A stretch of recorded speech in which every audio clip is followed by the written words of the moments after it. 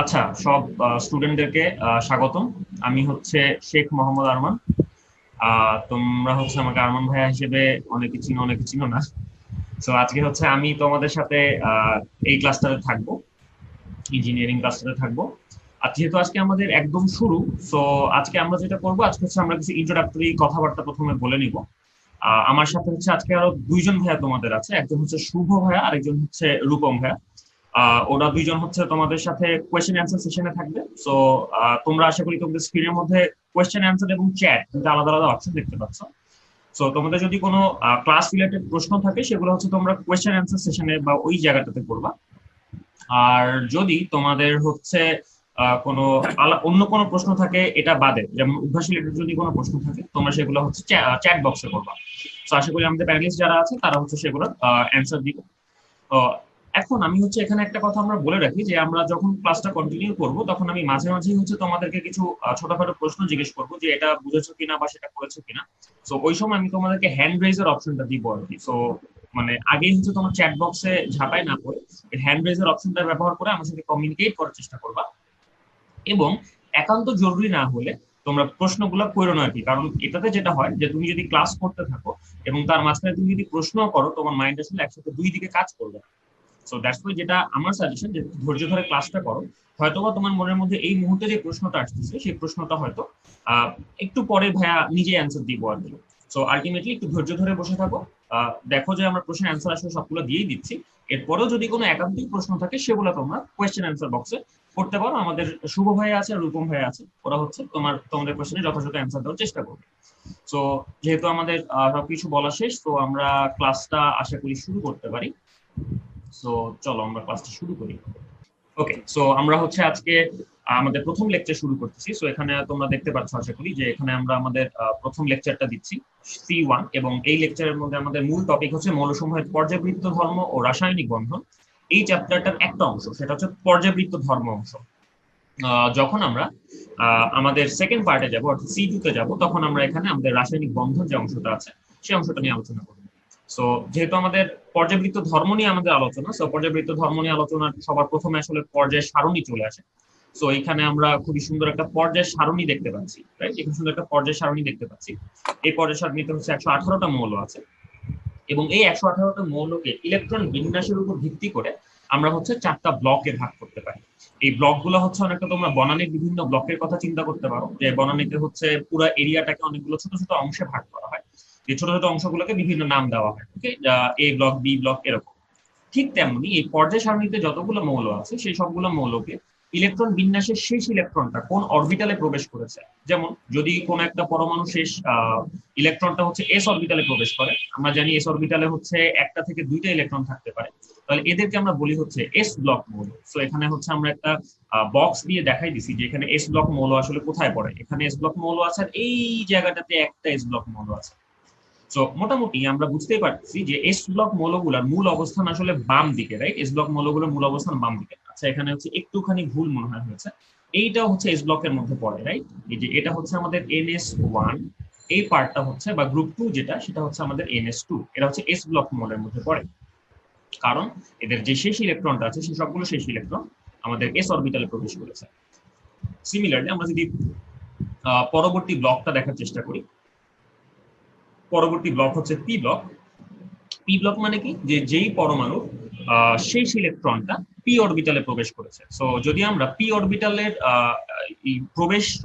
প্রবেশরতা যদি আমরা লক্ষ্য করি, তাহলে সেটা হচ্ছে এই জায়গা থেকে শুরু হয়, রাইট? এই যে এই জায়গা থেকে শুরু হয়, এটা হচ্ছে P1 কনফিগারেশন, আর এইখানে নিয়নের মধ্যে হচ্ছে P6 কনফিগারেশন। তার মানে আলটিমেটলি এই যে পুরো ব্লকটা আছে আমাদের, এই পুরো ব্লকটা, এই পুরো জায়গাটা হচ্ছে আমাদের পি ব্লক মৌলের মধ্যে পড়ে। তার মানে আমরা এখান থেকে হিসাব করতে পারবো আসলে যে পি ব্লক মৌল কতগুলো। সো যেটা হয়, তোমাদের মাঝে মধ্যে এইচএসসি তে এমসিকিউ তে বা জ্ঞানমূলকে প্রশ্ন দিয়ে দিতে পারে, যে এস ব্লক মৌল কতগুলা বা পি ব্লক মৌল কতগুলা। তো সেই ক্ষেত্রে তোমরা হচ্ছে সুন্দর মতো এই ছবিটা দেখবা, ছবিটা দেখে হচ্ছে এখানে গুনতে শুরু করবো। দেখো এখানে 1 2 3 4 5 6, আর এখানে উপর থেকে নিচে তুমি গুনবা যে কতগুলো পরমাণু আছে। তাহলে তুমি যদি দুইটা গুণ করে দাও, তাহলে তুমি খুব সুন্দর করে কতগুলো পি ব্লক মৌল আছে সেটা তুমি খুব সুন্দর করে বের করতে পারবা। সো এটা একটু মাথায় রাখবা, যেগুলো হচ্ছে এমসিকিউর জন্য খুবই ইম্পর্টেন্ট। এই জায়গাগুলো হচ্ছে এমসিকিউর জন্য খুবই ইম্পর্টেন্ট।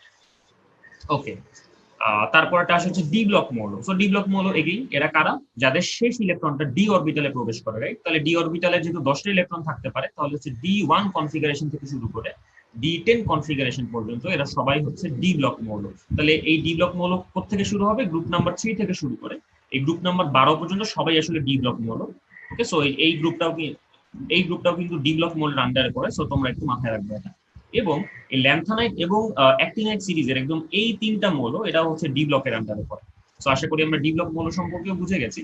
সো এখন লাস্ট ওয়ান, সেটা হচ্ছে এফ ব্লক মৌল, অর্থাৎ যেই সকল পরমাণু শেষ ইলেকট্রনটা এফ অরবিটালে প্রবেশ করে। সো এখানে আমরা একটাই অবস্থান দেখতে পারি, সেই অবস্থানটা হচ্ছে গ্রুপ 3।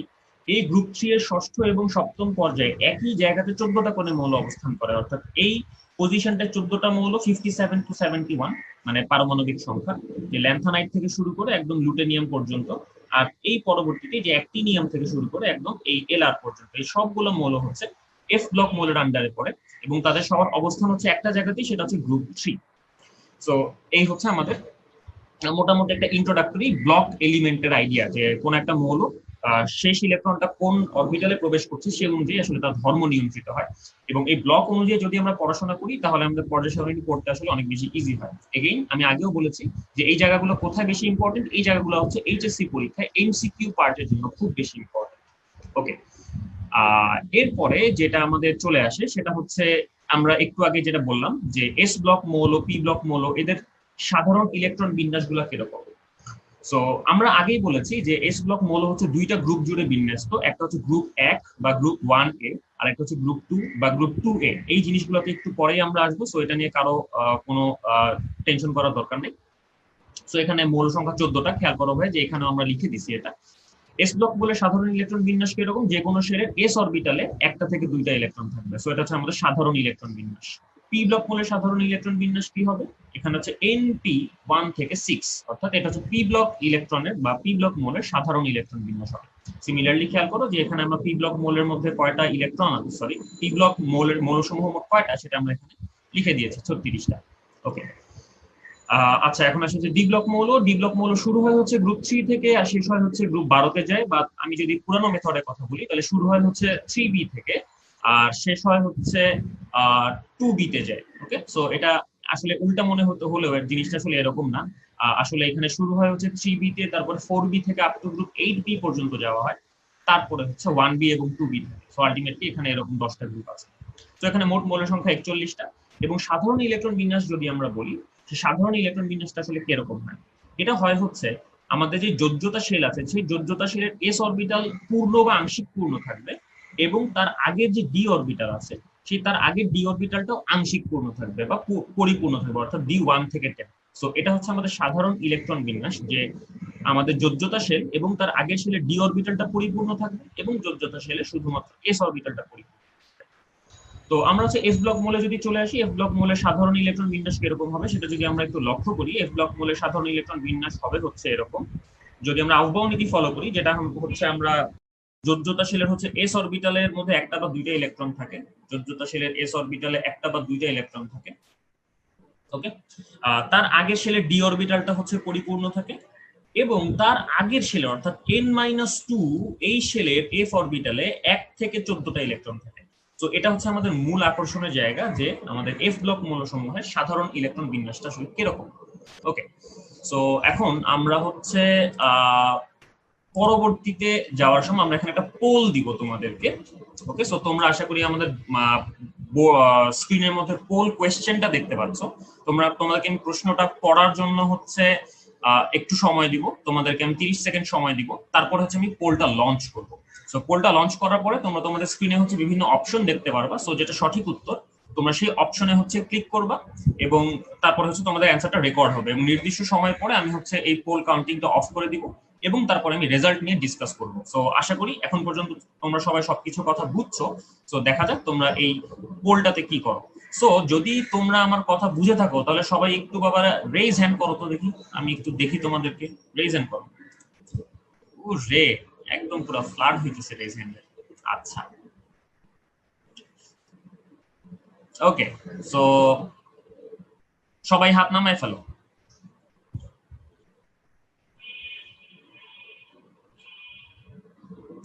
আচ্ছা, আরমান ভাইয়া, হ্যাঁ হ্যাঁ বলেন। পোলটা কি আপনি লঞ্চ করবেন না আমি এখান থেকে লঞ্চ করে দিব? হ্যাঁ, আপনি লঞ্চ করে দেন।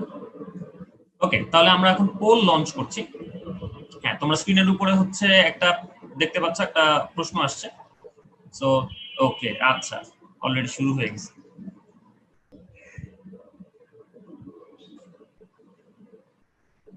আমরা 20 সেকেন্ড দেখবো, তারপর আমরা হচ্ছে পোল বন্ধ করে দিব। তাহলে আমরা হচ্ছে এইখানে এইখানে দেখতে পাচ্ছি যে সবাই বি দাগাইছি, হচ্ছে মেজরিটি 47% হচ্ছে বি। ওকে, সো এখানে একটা ছোট্ট কথা আছে ভাইয়া, বি এর আমরা অ্যানসারটা একটু দেখার চেষ্টা করি যে আসলে এখানে বি এর মধ্যে কি আছে। হ্যাঁ, সো বি এর মধ্যে এখানে দেখা যাচ্ছে যে ডি 1 থেকে 9। আচ্ছা, এই এই জিনিসটা কেন আমরা দাগালাম, আমরা এখানে অবস্থান্তর মৌল এই জিনিসটা হচ্ছে আমরা এখানে দেখছি আসলে। কিন্তু যেটা ছোট্ট জিনিস আমরা মিস করছি, যেটা আমরা সবসময় আসলে পড়ে আসি, সেটা হচ্ছে অবস্থান্তর মৌল হচ্ছে ডি ব্লক মৌল।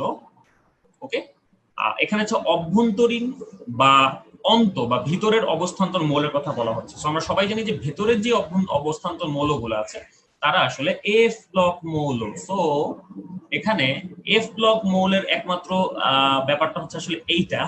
সো আমাদের answer should be n-2 f1 থেকে 14। সো আমরা ছোট্ট একটা ভুল করেছি যে আমরা হচ্ছে অভ্যন্তরীণ কথাটার উপরে গুরুত্ব দিইনি, কিন্তু এই কথাটা আসলে খুবই গুরুত্বপূর্ণ। আচ্ছা, তো এই হচ্ছে আমাদের মোটামুটি প্রথম পোলটা ছিল। আচ্ছা, আমি এখন একটু কিউএনএ তে যাই। আচ্ছা, কিউএনএ তে হচ্ছে আমাদের আচ্ছা আচ্ছা ভাই, এটা কি ইফেক্টিভ হবে যদি নোট না করি? হ্যাঁ, তোমরা হচ্ছে যদি নোট না করে, যদি কম না করে যদি কমফোর্ট ফিল করো, তাহলে অবশ্যই তোমাদের সেটা স্বাধীনতা আছে। কারণ এই জিনিসটা বা যে আমাদের যে ক্লাস নোটটা আছে, এই ক্লাস নোটটা তোমাদেরকে উদ্ভাসের ওয়েবসাইটে দিয়ে দেওয়া হবে, তাই না অমিত ভাইয়া? জি ভাইয়া, ওদেরকে আপলোড করে দিব আমরা। হ্যাঁ, তাহলে অবশ্যই তোমরা হচ্ছে যদি নোট না করে ক্লাসটা করতে স্বাচ্ছন্দ্য বোধ করো, তোমরা অবশ্যই সেই কাজটাই করো। আচ্ছা, আমরা এখন তাহলে হচ্ছে আমাদের সামনে আগাচ্ছি। আমি হচ্ছে আবার এই সাইড করে দিই এটা। হ্যাঁ, ওকে, সো আমরা হচ্ছে সামনে আগাই। আচ্ছা, তো এইখানে হচ্ছে আমরা একটা ছোট্ট টেকনিক রাখছি, যে টেকনিক দিয়ে তোমাদের যদি কারো পর্যায় সারণীর প্রতিটা মৌলের পারমাণবিক সংখ্যা মুখস্থ করতে ইচ্ছা করে, তোমরা সেই কাজটা আসলে করতে পারো। আমি স্ট্রংলি ডিসএগ্রি করি এই পার্টটার সাথে, কারণ মুখস্থ করাটা কোনোভাবেই হচ্ছে আসলে আমাদের কাম্য না। আমরা হচ্ছে বুঝে বুঝে আগাইতে চাই। কিন্তু তারপরেও তোমাদের যদি যেহেতু মাঝে মধ্যে প্রশ্ন একান্তই চলে আসে যে এমন কিছু পারমাণবিক সংখ্যা বিশিষ্ট মৌলের তোমাদের ইলেকট্রন বিন্যাস করতে বলে, যেগুলোর পারমাণবিক সংখ্যা জেনারেলি আমাদের জানা থাকে না। আমরা আইডিয়া করি যে এটা কোন গ্রুপের মৌল, কিন্তু এক্স্যাক্টলি তার পারমাণবিক সংখ্যা কত সেটা আমরা জানি না। যেমন ধরো যে আমি একটা কথা যদি বলি, তোমাকে বলা হলো মনে করো যে বেরিয়ামের ইলেকট্রন বিন্যাস লিখতে বা বেরিয়াম সম্পর্কে কোন একটা তথ্য জানতে। এখন বেরিয়াম জানি আমি, এটা হচ্ছে গ্রুপ 2 এর মৌল, এটা নিয়ে আমার কোনো সন্দেহ নাই। কিন্তু সমস্যা যেটা হয় যে বেরিয়ামের পারমাণবিক সংখ্যা আসলে আমি জানি না। সো দ্যাটস ওয়াই আমরা এখানে এই ম্যাজিক নাম্বারটা ব্যবহার করতে পারি। সো খেয়াল করি যে ম্যাজিক নাম্বার বলতে আসলে কি বোঝায়। সেটা হচ্ছে যে আমরা যদি পর্যায়ে 1 থেকে পর্যায়ে 2 এ যাই, পারমাণবিক সংখ্যা হচ্ছে 2 বাড়তেছে।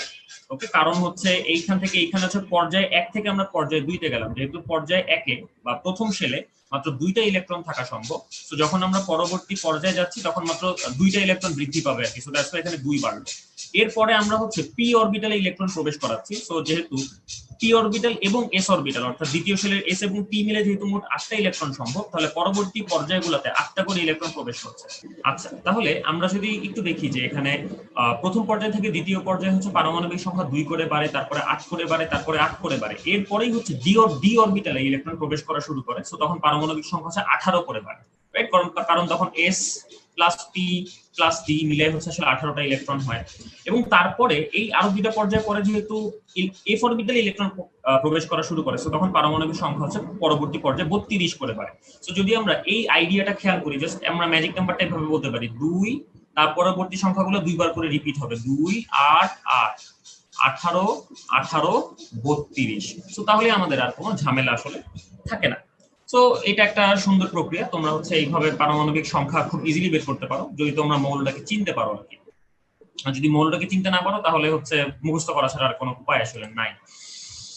ওকে, সো এইখানে হচ্ছে আমরা পর্যায় সারণীতে যে মৌলগুলো আছে তাদের অবস্থানগুলো আমরা কিভাবে নির্ণয় করি সেটা আমরা একটু বের করবো। যেমন এখানে হচ্ছে আমরা যদি একটা পর্যায় সারণী চিন্তা করি, এখানে যদি একটা পর্যায় সারণী চিন্তা করি, একটা সাধারণ পর্যায় সারণী, তাহলে এই পর্যায় সারণীতে কতগুলো গ্রুপ আছে, রাইট? এখানে গ্রুপ 1, 2, এভাবে যদি আমরা পর্যায় সারণীর দিকে তাকাই তাহলে আমরা গ্রুপ 1, 2, 3 থেকে শুরু করে আপ টু গ্রুপ 18 পর্যন্ত যাই। কিন্তু এক সময় যেটা করা হতো, এক সময় হচ্ছে মৌলগুলোকে দুইটা সাব গ্রুপে প্রথমে ভাগ করা হতো, এ এবং বি। তারপরে এই এ সাব গ্রুপের আন্ডারে থাকতো হচ্ছে 8টা গ্রুপ এবং বি সাব গ্রুপের আন্ডারে থাকতো হচ্ছে 8টা গ্রুপ। আচ্ছা, ওকে। সো এখন এই জিনিসটা আসলে কিভাবে কাজ করে, সাবগ্রুপ জিনিসটা কিভাবে কাজ করে, এটা অনেকে জানা নেই। সো আমি একবার বলে দিই, যদি কোনো একটা মৌল হচ্ছে এস বা পি ব্লক হয় তাহলে তারা হচ্ছে এ সাবগ্রুপের মধ্যে পড়ে, এবং কোনো একটা মৌল যদি ডি বা এফ ব্লক হয় তাহলে তারা হচ্ছে বি সাবগ্রুপের মধ্যে পড়ে। তো এটা হচ্ছে সাবগ্রুপের আইডিয়াটা। তার মানে যদি এস ব্লক মৌল হয়, পি ব্লক মৌল হয়, তাহলে অবশ্যই আমরা সাবগ্রুপ এ বলবো। যদি ডি ব্লক বা এফ ব্লক মৌল হয় আমরা অবশ্যই সেখানে সাবগ্রুপ বি বলবো। আচ্ছা, এখন আমরা গ্রুপ সংখ্যা কিভাবে নির্ণয় করি, এটা বের করা আসলে খুবই সহজ। যদি আমাদের এস ব্লক মৌল হয় তাহলে যোজ্যতা ইলেকট্রন যতগুলা আমাদের সাবগ্রুপ নাম্বারও তত। আর যদি আমাদের পি ব্লক মৌল হয় তাহলেও আমাদের যোজ্যতা ইলেকট্রন যতগুলো আমাদের গ্রুপ নাম্বার তত। আমি একটা এক্সাম্পল দিই, যেমন ধরি আমি নাইট্রোজেনের আমি গ্রুপ সংখ্যা নির্ণয় করতে চাই, তাহলে নাইট্রোজেনের আমরা যদি ইলেকট্রন বিন্যাস করি 1s2 2s2 2p3, অর্থাৎ এখানে হচ্ছে আমাদের যোজ্যতাশীলে 5টা ইলেকট্রন আছে। যেহেতু শেষ ইলেকট্রন পি অরবিটালে প্রবেশ করেছে তাহলে আমরা বলবো এটা হচ্ছে সাবগ্রুপ এ, এবং যেহেতু এখানে মোট 5টা ইলেকট্রন আছে তাহলে এটা সাবগ্রুপ, একটা গ্রুপ হবে হচ্ছে গ্রুপ 5। তার মানে এটার টোটাল অবস্থান হলো গ্রুপ 5A। আচ্ছা, তো আমাদের মনে হয় একটু সমস্যা হয়েছে, আমরা একটু পেছনে ব্যাক করি। ওকে, সো আমাদের পোলের মধ্যে একটা ছোট্ট মনে হয় ঝামেলা ছিল। আচ্ছা, ওকে, সো এইখানে হচ্ছে বলা হচ্ছে অভ্যন্তরীণ অবস্থান্তর মৌলের স্থিতি। আচ্ছা, ওকে, আমি হচ্ছে একটা ছোট্ট পার্ট মিস করেছিলাম, সেটা হচ্ছে স্থিতিশীল আয়ন।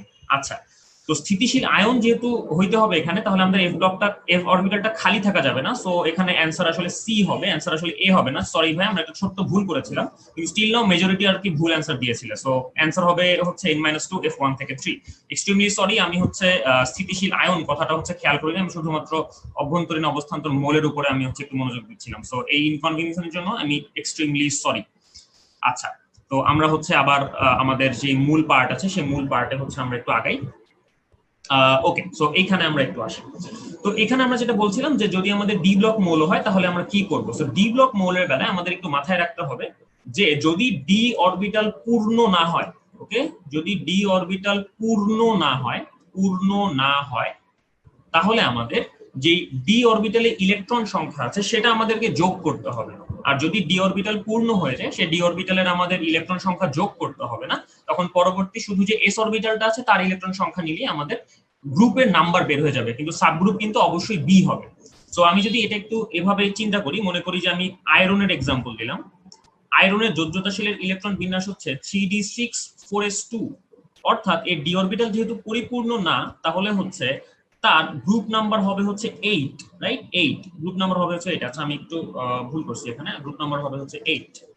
ওকে, আমি যদি এখানে এগেইন আমি যদি ম্যাঙ্গানিজ চিন্তা করি, ম্যাঙ্গানিজের জন্য হচ্ছে ইলেকট্রন বিন্যাস 3d5 এবং 4s2, তাহলে এখানে যদি আমি একটু দেখি যে এখানে আমাদের মোট ইলেকট্রন কয়টা হইলো, মোট ইলেকট্রন হলো হচ্ছে, আমি যদি একটু এখানে লিখি 3d5 4s2, তাহলে এখানে মোট ইলেকট্রন হবে হচ্ছে 5 আর 2 7টা, কারণ এখানে ডি অরবিটাল পরিপূর্ণ হয় নাই। তাহলে এখানে আমাদের গ্রুপ নাম্বারটা কিরকম হবে? গ্রুপ নাম্বারটা হবে হচ্ছে 7, রাইট? গ্রুপ নাম্বারটা হবে হচ্ছে 7, এবং যেহেতু সাবগ্রুপ আমাদের অবশ্যই বি, সো এটা হচ্ছে 7b। কিন্তু আমি যদি এখানে কপারে চলে আসি, অন দি আদার হ্যান্ড, কপারের যোজ্যতাশীলের ইলেকট্রন বিন্যাস হচ্ছে 3d10 4s1। যেহেতু এখানে ডি অরবিটালে 10টা ইলেকট্রন চলে এসেছে, তাহলে এখানে এস অরবিটালে একটা মাত্র ইলেকট্রন আছে, তাহলে এটাকে আমরা গ্রুপ বলবো 1। যেহেতু শেষ ইলেকট্রন ডি অরবিটালে প্রবেশ করেছে তাহলে এটাকে আমরা বলবো হচ্ছে গ্রুপ 1b। সো এটা হচ্ছে এ আর বি এর ধারণা। এখন যদি আমরা পর্যায় সারণীর দিকে একটু চলে যাই, আমি একটা পেজ অ্যাড করে নিই এখানে। আমি যদি পর্যায় সারণীর দিকে একটু চলে যাই তাহলে হচ্ছে আমাদের জাস্ট সিম্পলি যে কাজটা করতে হবে, যদি আমাদের কোনো একটা মৌলের অবস্থান বের করতে হয় তাহলে আমরা সিম্পলি এখানে 1 থেকে 18 পর্যন্ত স্ক্যান করব, অর্থাৎ গ্রুপ, এটা হচ্ছে গ্রুপ 1, এটা হচ্ছে গ্রুপ 2, তারপর এখানে গ্রুপ 3 থেকে গ্রুপ 12 পর্যন্ত, তারপর এখানে 13 থেকে 18 পর্যন্ত। সো এই হচ্ছে আমাদের সাধারণ একটা গ্রুপ নির্ণয়ের একটা আইডিয়া। সো এটা হচ্ছে আমাদের এইচএসসি পরীক্ষার জন্য খুবই গুরুত্বপূর্ণ। সো এটা আমরা একটু মাথায় রাখবো। আচ্ছা, সো আমরা পরবর্তীতে যাই, আমাদের আলোচনা হচ্ছে ডি ব্লক মৌল নিয়ে। সো এখানে যে ডি ব্লক মৌলগুলোকে হাইলাইট করে দেখানো হয়েছে, এদের মধ্যে আমরা শুধুমাত্র এই পার্টটা নিয়ে কথা বলবো। ওকে, আমরা এই প্রথম যেই ডি ব্লক মৌলের সারিটা আছে এদেরকে আমরা বলি হচ্ছে first row transition elements. First row transition elements.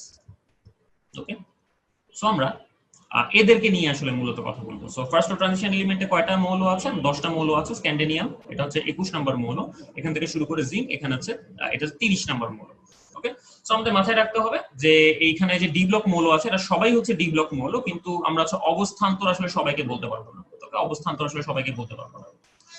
অবস্থান্তর একটা সুন্দর ডেফিনিশন আছে। অবস্থান্তরের ডেফিনিশন হলো যে সকল মৌলের ডি অরবিটালের মধ্যে ইলেকট্রন আছে এবং তাদের একটা স্থিতিশীল আয়নের মধ্যেও ইলেকট্রন আছে, ডি অরবিটালটা ফাঁকা নাই, তাদেরকে আমরা হচ্ছে অবস্থান্তর বলতে পারবো। সো আমরা সেই বেসিসে যদি চিন্তা করি আমরা হচ্ছে এইখানে অবস্থান্তর মৌল কাকে কাকে বলতে পারবো বা কাকে কাকে বলতে পারবো না সেইখানে হচ্ছে আমরা একটু পরেই দেখবো আর কি। ওকে, সো আমরা হচ্ছে এইখানে হচ্ছে সাধারণ ইলেকট্রন বিন্যাস যদি চিন্তা করি, এখানে আমরা আগেই দেখছি যে ডি ব্লক মৌলের সাধারণ ইলেকট্রন বিন্যাস হচ্ছে এস অরবিটালে 1 থেকে 2টা মৌল এবং তার আগে ডি অরবিটাল হচ্ছে 1 থেকে 10টা মৌল। তাহলে আমি যদি এখানে দেখি যে স্ক্যান্ডিনিয়ামের ডি অরবিটালে 1টা ইলেকট্রন আছে এবং এস অরবিটালে 2টা ইলেকট্রন আছে। টাইটানিয়ামের ডি অরবিটালে 2টা, এস অরবিটালে 2টা। তো আমি যদি সাধারণ ব্যাপারটা চিন্তা করি যে আমাদের পারমাণবিক সংখ্যা যত, অর্থাৎ 20 এর পরে যত বাড়বে ডি অরবিটালে আসলে ততগুলো করে ইলেকট্রন যাবে। সো যেহেতু এখানে ক্রোমিয়ামের জন্য 24, তাহলে আমাদের আপাত ইলেকট্রন বিন্যাসটা হওয়া উচিত ছিল D4s2। কিন্তু সমস্যা যেটা হয়, যেহেতু D5 কনফিগারেশনের একটা অর্ধপূর্ণ অরবিটাল এবং হাইলি স্টেবল, সো যেটা হয় এখানে কনফিগারেশনটা চেঞ্জ হয়ে D5s1 হয়ে যায়। সো দ্যাটস ওয়াই আমাদেরকে একটু মাথায় রাখতে হবে যে ক্রোমিয়ামের যদিও D4s2 হওয়ার কথা, কিন্তু অর্ধপূর্ণ অরবিটাল বেশি স্টেবল হওয়ার কারণে এই ঘটনাটা ঘটে। তারপরে আসে হচ্ছে ম্যাঙ্গানিজ। ওকে, সো ম্যাঙ্গানিজের ইলেকট্রন বিন্যাস হবে হচ্ছে D5s2, রাইট, কারণ এখানে 25, এটা আয়রন হচ্ছে 26, তারপরে 27, তারপরে 28, তারপরে 29, তারপরে হচ্ছে 30। সো আমরা হচ্ছে এই পর্যন্ত মোটামুটি সবগুলো করতে পারবো। আমি কপারে এসে আবার একটু দেখাই, যেখানে আমাদের হওয়া উচিত ছিল হচ্ছে D9s2, কিন্তু যেহেতু D10 এই কনফিগারেশনটা হচ্ছে হাইলি স্টেবল, D10 কনফিগারেশন হচ্ছে হাইলি স্টেবল, তাহলে এখানে আমাদের পুরো বিষয়টা হচ্ছে এরকম হবে আর কি, যে D10s1। আচ্ছা, তো এই গেল হচ্ছে আমাদের সাধারণ ইলেকট্রন বিন্যাস। আচ্ছা, এখন আমরা পরবর্তীতে যে হ্যাঁ ভাই এই হচ্ছে ক্রোমিয়ামেরটা যখন বুঝাইছেন, একটা কোশ্চেন একটু আসছিল যে মোলিবডেনাম মানে সরি টাংস্টেনের ইলেকট্রন বিন্যাসেও তো মানে প্রায় সেম আসে, ওইটা যদি একবার একটু বুঝাই দিতেন। আচ্ছা আচ্ছা, এই ক্ষেত্রে কাহিনী যেটা হচ্ছে, আমরা শুধু প্রথম সারি নিয়ে কথা বলতেছি, এটা ছোট কারণ আছে। এটা এখানে আমরা 2টা পার্টে আমরা পর্যায়সারণী মৌলগুলোকে ভাগ করি। একটাকে বলি আমরা হচ্ছে রিপ্রেজেন্টেটিভ বা প্রতিরূপী মৌল, একটাকে বলি আমরা হচ্ছে প্রতিরূপী মৌল, যেগুলো হচ্ছে এস এবং পি ব্লক। আদেরকে আমরা আর অন্য পার্টটাকে আমরা বলি হচ্ছে অবস্থান্তর মৌল। ওকে, যারা হচ্ছে ডি এবং এফ ব্লক। সো কেন এদেরকে প্রতিরূপী বলা হয়, কেন এদেরকে অবস্থান্তর বলা হয়? প্রতিরূপী বলার পেছনে আসলে মূল কারণ হলো এই মৌলগুলার, যেই আমি মনে করি যে আমি কার্বন গ্রুপ নিয়ে কথা বলবো, আমি যদি কার্বন নিয়ে পড়াশোনা করি, আমার সিলিকন থেকে সিলিকন, জার্মেনিয়াম, স্ট্রনশিয়াম, লেড, এই মৌলগুলো নিয়ে পড়াশোনা করতে আমার আসলে খুব একটা বেশি বেগ পেতে হবে না। আমাকে ছোট্টখাটো একটা বা 2টা ফ্যাক্টর চেঞ্জ করলেই আমি এই গ্রুপের মোটামুটি একটা সাধারণ ধর্ম তৈরি করে ফেলতে পারবো, যদি আমরা কার্বন নিয়ে পড়াশোনা করি। একই কথা প্রযোজ্য হ্যালোজেন নিয়ে যদি আমরা পড়াশোনা করি, যদি আমরা ফ্লোরিন নিয়ে পড়াশোনা করি, তাহলে আমরা এই গ্রুপের বাকি যে মেম্বার আছে তাদের সম্পর্কে আমরা খুব মোটামুটি ভালোভাবে একটা ভালো অ্যাকিউরেসিতে আমরা তাদের সম্পর্কে ইনফরমেশন গ্যাদার করতে পারবো। তার মানে এই সব গ্রুপ হচ্ছে এমন সব গ্রুপ, যে সব গ্রুপের একটা মৌল সম্পর্কে জানলে বাকি সবগুলো মৌল সম্পর্কে জানা আসলে হয়ে যায়। এই ঘটনাটা অবস্থান্তর মৌল বা ডি ব্লক মৌলের বেলায় ঘটে না।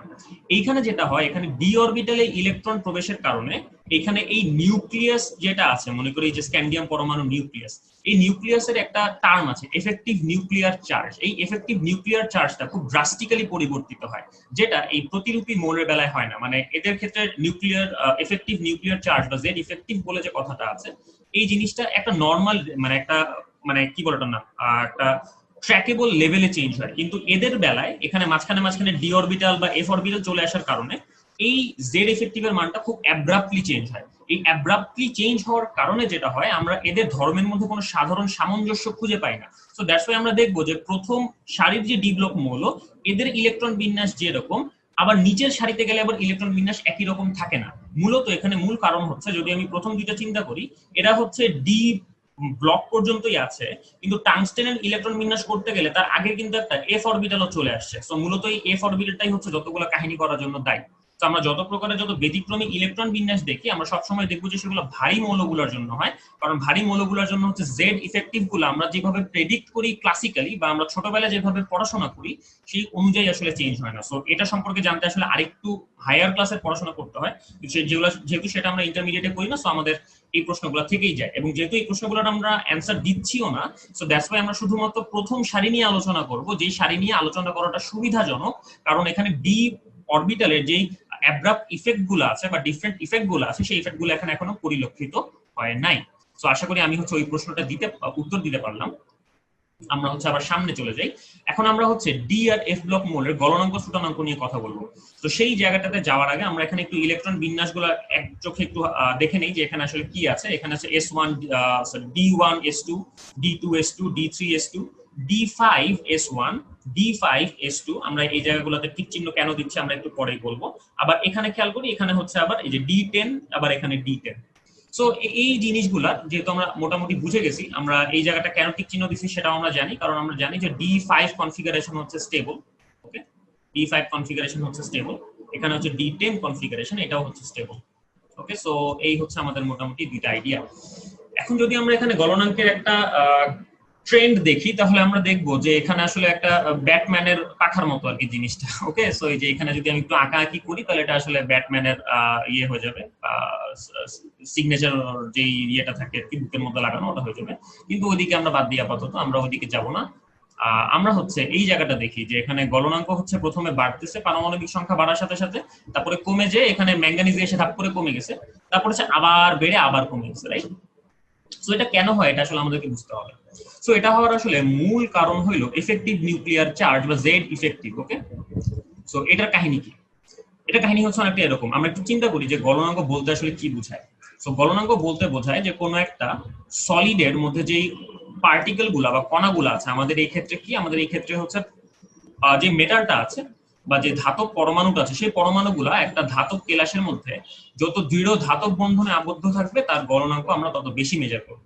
তখন জেনারেলি যেটা হয় যে এইখানে যে ডি ব্লক মৌলগুলো আছে, ডি ব্লক মৌলগুলোর গলনাঙ্ক জেনারেলি আমাদের এস বা পি ব্লক থেকে অনেক বেশি হয়।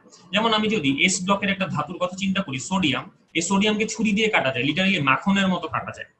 কিন্তু এই সেম কথাটা একটু চিন্তা করো, তুমি যদি লোহাকে কাটতে যাও কোনোদিনই পারবা না, রাইট? তার মানে লোহা হচ্ছে অনেক শক্ত, এর গলনাঙ্ক হচ্ছে অনেক বেশি। কেন এটা হয়? কারণ এদের পার্শিয়ালি ফিল্ড ডি অরবিটাল থাকে বা আংশিক পূর্ণ ডি অরবিটাল থাকে, পার্শিয়ালি ফিল্ড ডি অরবিটাল। ওকে, সো পার্শিয়ালি ফিল্ড ডি অরবিটালের কাহিনীগুলো আমরা একটু বুঝার চেষ্টা করি। সো এখানে আসলে যেটা হয়, পার্শিয়ালি ফিল্ড ডি অরবিটাল হলে যেটা হয়, ওরা হচ্ছে নিউক্লিয়াসকে খুব আহামরি আকর্ষণ করতে পারে না। অর্থাৎ আমি যদি এভাবে চিন্তা করি যে এস অরবিটালের ইলেকট্রন, পি অরবিটালের ইলেকট্রন, ডি অরবিটালের ইলেকট্রন, এফ অরবিটালের ইলেকট্রন, ওরা প্রত্যেকে হচ্ছে একটা করে আচ্ছাদন দেখায়। জিনিসটাকে এরকম একটু বোঝার চেষ্টা করি। সো মনে করি যে এটা হচ্ছে নিউক্লিয়াস, এটা হচ্ছে আমাদের কোন একটা পরমাণু নিউক্লিয়াস, এবং এর বাইরে হচ্ছে বিভিন্ন শেলে ইলেকট্রন আছে। মনে করি এই নিউক্লিয়াসটার টার্গেট হচ্ছে এই শেলের ইলেকট্রনকে, একদম বহিস্থ শেলের ইলেকট্রনকে নিজের দিকে আকর্ষণ করা। সো ওর টার্গেট হচ্ছে নিজের দিকে এই বহিস্থ শেলের ইলেকট্রনকে আকর্ষণ করা। কিন্তু যেহেতু ভিতরের শেলগুলোতেও ইলেকট্রন বিদ্যমান, এখানেও ইলেকট্রন আছে এবং এখানেও ইলেকট্রন আছে, তাহলে তারা যেটা করে তারা হচ্ছে এই বাইরের শেলের ইলেকট্রনকে বিকর্ষণ করে, তারা হচ্ছে বাইরের শেলের ইলেকট্রনকে বিকর্ষণ করে। তাহলে আমাদের এই নিউক্লিয়াসের যতটুকু আকর্ষণ করার কথা, ওকে, এদের যতটুকু আকর্ষণ করার কথা তারা হচ্ছে ততটুকু আকর্ষণ করতে পারে না। কেননা ভিতরের শেলের ইলেকট্রন গুলা বাইরের শেলের ইলেকট্রনকে একটা বিকর্ষণ দান করে। সেই বিকর্ষণ দেওয়ার কারণে আমরা এভাবে মনে করতে পারি যে এই নিউক্লিয়াসের আকর্ষণ করার ক্ষমতাটাকে ভিতরের শেলের ইলেকট্রন গুলা আচ্ছাদন বা ঢেকে রাখছে বা চাদর দিয়ে ঢেকে রাখছে জিনিসটাকে। সো এই জিনিসটাকে বলা হচ্ছে আচ্ছাদন প্রভাব। এই ভিতরের শেলের ইলেকট্রনটা যত তীব্রভাবে বাইরের শেলের ইলেকট্রনকে বিকর্ষণ করবে, আমরা বলবো যে এই নিউক্লিয়াসটার উপরে আচ্ছাদন প্রভাব তত বেশি। আর এই নিউক্লিয়াসটার উপরে আচ্ছাদন প্রভাব যত বেশি, বাইরের শেলের ইলেকট্রনের প্রতি নিউক্লিয়াসটার আকর্ষণও তত কম। তার মানে আমরা এখানে এটা বলতে পারি, আচ্ছাদনকে যদি আমরা সিগমা দিয়ে প্রকাশ করি, সিগমা যত হাই হবে আমরা বলবো যে বহিস্থ শেলের ইলেকট্রনের প্রতি অ্যাট্রাকশন ফোর্স বা এএফ, অ্যাট্রাকশন ফোর্স হচ্ছে তত কম হবে। তো এটা বাই সেইং দ্যাট আমরা হচ্ছে এখানে ফেরত যাই। এখানে আমরা যদি বলি যে ভেতরের শেলে যদি এস ইলেকট্রন বা পি বা ডি বা এফ ইলেকট্রন থাকে, তাহলে এস ইলেকট্রনের হচ্ছে আচ্ছাদন করার ক্ষমতা সবচেয়ে বেশি, তারপরে পি, তারপরে ডি, তারপরে এফ। সো যেহেতু আমরা দেখতেই পারতেছি যে ডি অরবিটাল গুলার আচ্ছাদন করার ক্ষমতা রিলেটিভলি কম, তার মানে হচ্ছে এদের নিউক্লিয়াস গুলা বেশ আকর্ষণধর্মী, অর্থাৎ বহিস্থ শেলের ইলেকট্রনকে এই ডি ব্লক মোলের ইলেকট্রন নিউক্লিয়াস গুলা খুব তীব্রভাবে আকর্ষণ করে। তো দ্যাটস ওয়াই জেনারেলি যেটা হয় যে আমাদের ডি ব্লক মৌলগুলো অনেক শক্তপোক্ত হয়, তাদের ধাতব বন্ধন অনেক স্ট্রং হয় এবং তাদের গলনাঙ্ক বা স্ফুটনাঙ্ক অনেক বেশি হয়। কিন্তু ম্যাঙ্গানিজে এসে ড্রপ খাচ্ছে কেন? কারণ ম্যাঙ্গানিজে D5 একটা শেল আছে, রাইট? এই D5 শেল হচ্ছে একদম স্টেবল, অনেক বেশি স্টেবল।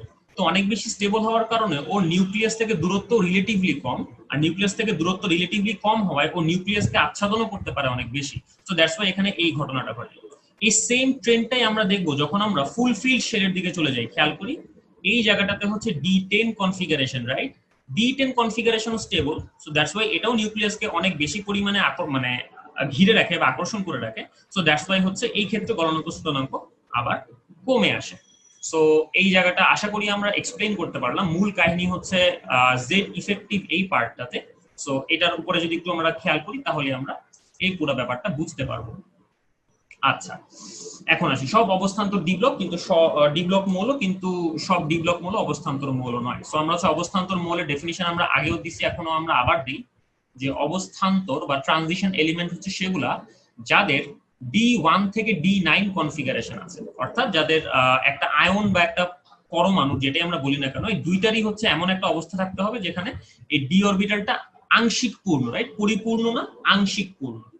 সো এই ব্যাপারে যদি আমরা একটু চিন্তা করি যে আচ্ছা তাহলে এটা কেন সত্য হয়, এটা আমরা পরবর্তী পেজে গেলে আসলে দেখতে পারবো। যেখানে আমি যদি আয়রনের কথা চিন্তা করি, আয়রনের হচ্ছে 3d6, রাইট? আয়রন হচ্ছে 3d6। তাহলে এখানে ডি অরবিটালে 6টা ইলেকট্রন, 1 2 3 4 5 6, 6টা ইলেকট্রন। Fe2+ হচ্ছে এখান থেকে 2টা ইলেকট্রন বের হয়ে যাবে, অর্থাৎ এখানে যদি s অরবিটালে 2টা ইলেকট্রন থাকতো, এই 2টা ইলেকট্রন বের হয়ে যাবে, রাইট? 4s2। তাহলে যদি 2টা ইলেকট্রন বের হয়ে যায় তাহলে ডি অরবিটালে স্টিল নাও 6টা ইলেকট্রন থাকে। আবার Fe3+ এ ডি অরবিটালে 5টা ইলেকট্রন থাকে। সো এখানে আমরা দেখতে পাচ্ছি যে এই আয়রন পরমাণুর জন্য এর আয়রন পরমাণু, তার আয়ন, এদের ইলেকট্রন বিন্যাসের ক্ষেত্রে আমরা আংশিক পূর্ণ ডি অরবিটাল দেখতে পাচ্ছি। তার মানে আমরা বুঝতেই পারতেছি যে এরা ডি ব্লক মূলত অবশ্যই, কারণ শেষ ইলেকট্রন ডি অরবিটালে প্রবেশ করেছে। সাথে সাথে এরা কিরকম, সাথে সাথে এরা হচ্ছে আসলে অবস্থান্তর মৌল, রাইট? কারণ এদের আংশিক পূর্ণ ডি অরবিটাল আছে এদের পরমাণুর এবং আয়নের। স্ক্যান্ডিয়ামের কথা চিন্তা করি, স্ক্যান্ডিয়াম হচ্ছে D1, রাইট? D1 S2। তাহলে এখন যদি আমি এখানে চিন্তা করি যে এখানে স্ক্যান্ডিয়াম 3+ আয়নের দিকে আমি যদি চলে যাই, তাহলে এখানে 3টা ইলেকট্রন বের হয়ে যাবে। তার মানে 3টা ইলেকট্রন বের হওয়ার জন্য s অরবিটাল থেকে 2টা বেরোতে হবে, d অরবিটাল থেকে একটা বেরোতে হবে। তাহলে d অরবিটালে এখানে কোনো ইলেকট্রন থাকে না। তার মানে যদিও বা স্ক্যান্ডিয়াম এটা একটা ডি ব্লক মৌল, এটা নিয়ে আমাদের কোনো সন্দেহ নাই, ডি ব্লক, কিন্তু এটা অবস্থান্তর না। কেন এটা অবস্থান্তর না? কারণ এটা ডি অরবিটালটা আংশিক পূর্ণ না, ডি অরবিটালটা এখানে একদম এমটি হয়ে গেছে। ওকে, তারপরে জিঙ্কের ক্ষেত্রে আসি, এখানে হচ্ছে D10 কনফিগারেশন হবে। ওকে, এখানে D10 কনফিগারেশন, একটু ভুল করছি, হ্যাঁ, এখানে D10 কনফিগারেশন হবে। ওকে, সো এখানে D10 কনফিগারেশন, আর এখানে S2, রাইট? এখানে S2। সো যদি আমরা এখানে এইভাবে চিন্তা করি যে ওকে, এখানে যদি জিঙ্ক 2+ হয়, এটা যদি জিঙ্ক 2+ হয়, তাহলে এখান থেকে 2টা ইলেকট্রন চলে যাবে। তাহলে এখানে স্টিল নো D তে 10টা ইলেকট্রন থাকে, রাইট? তার মানে এখানে ডি অরবিটালটা পরিপূর্ণ অবস্থায় আছে।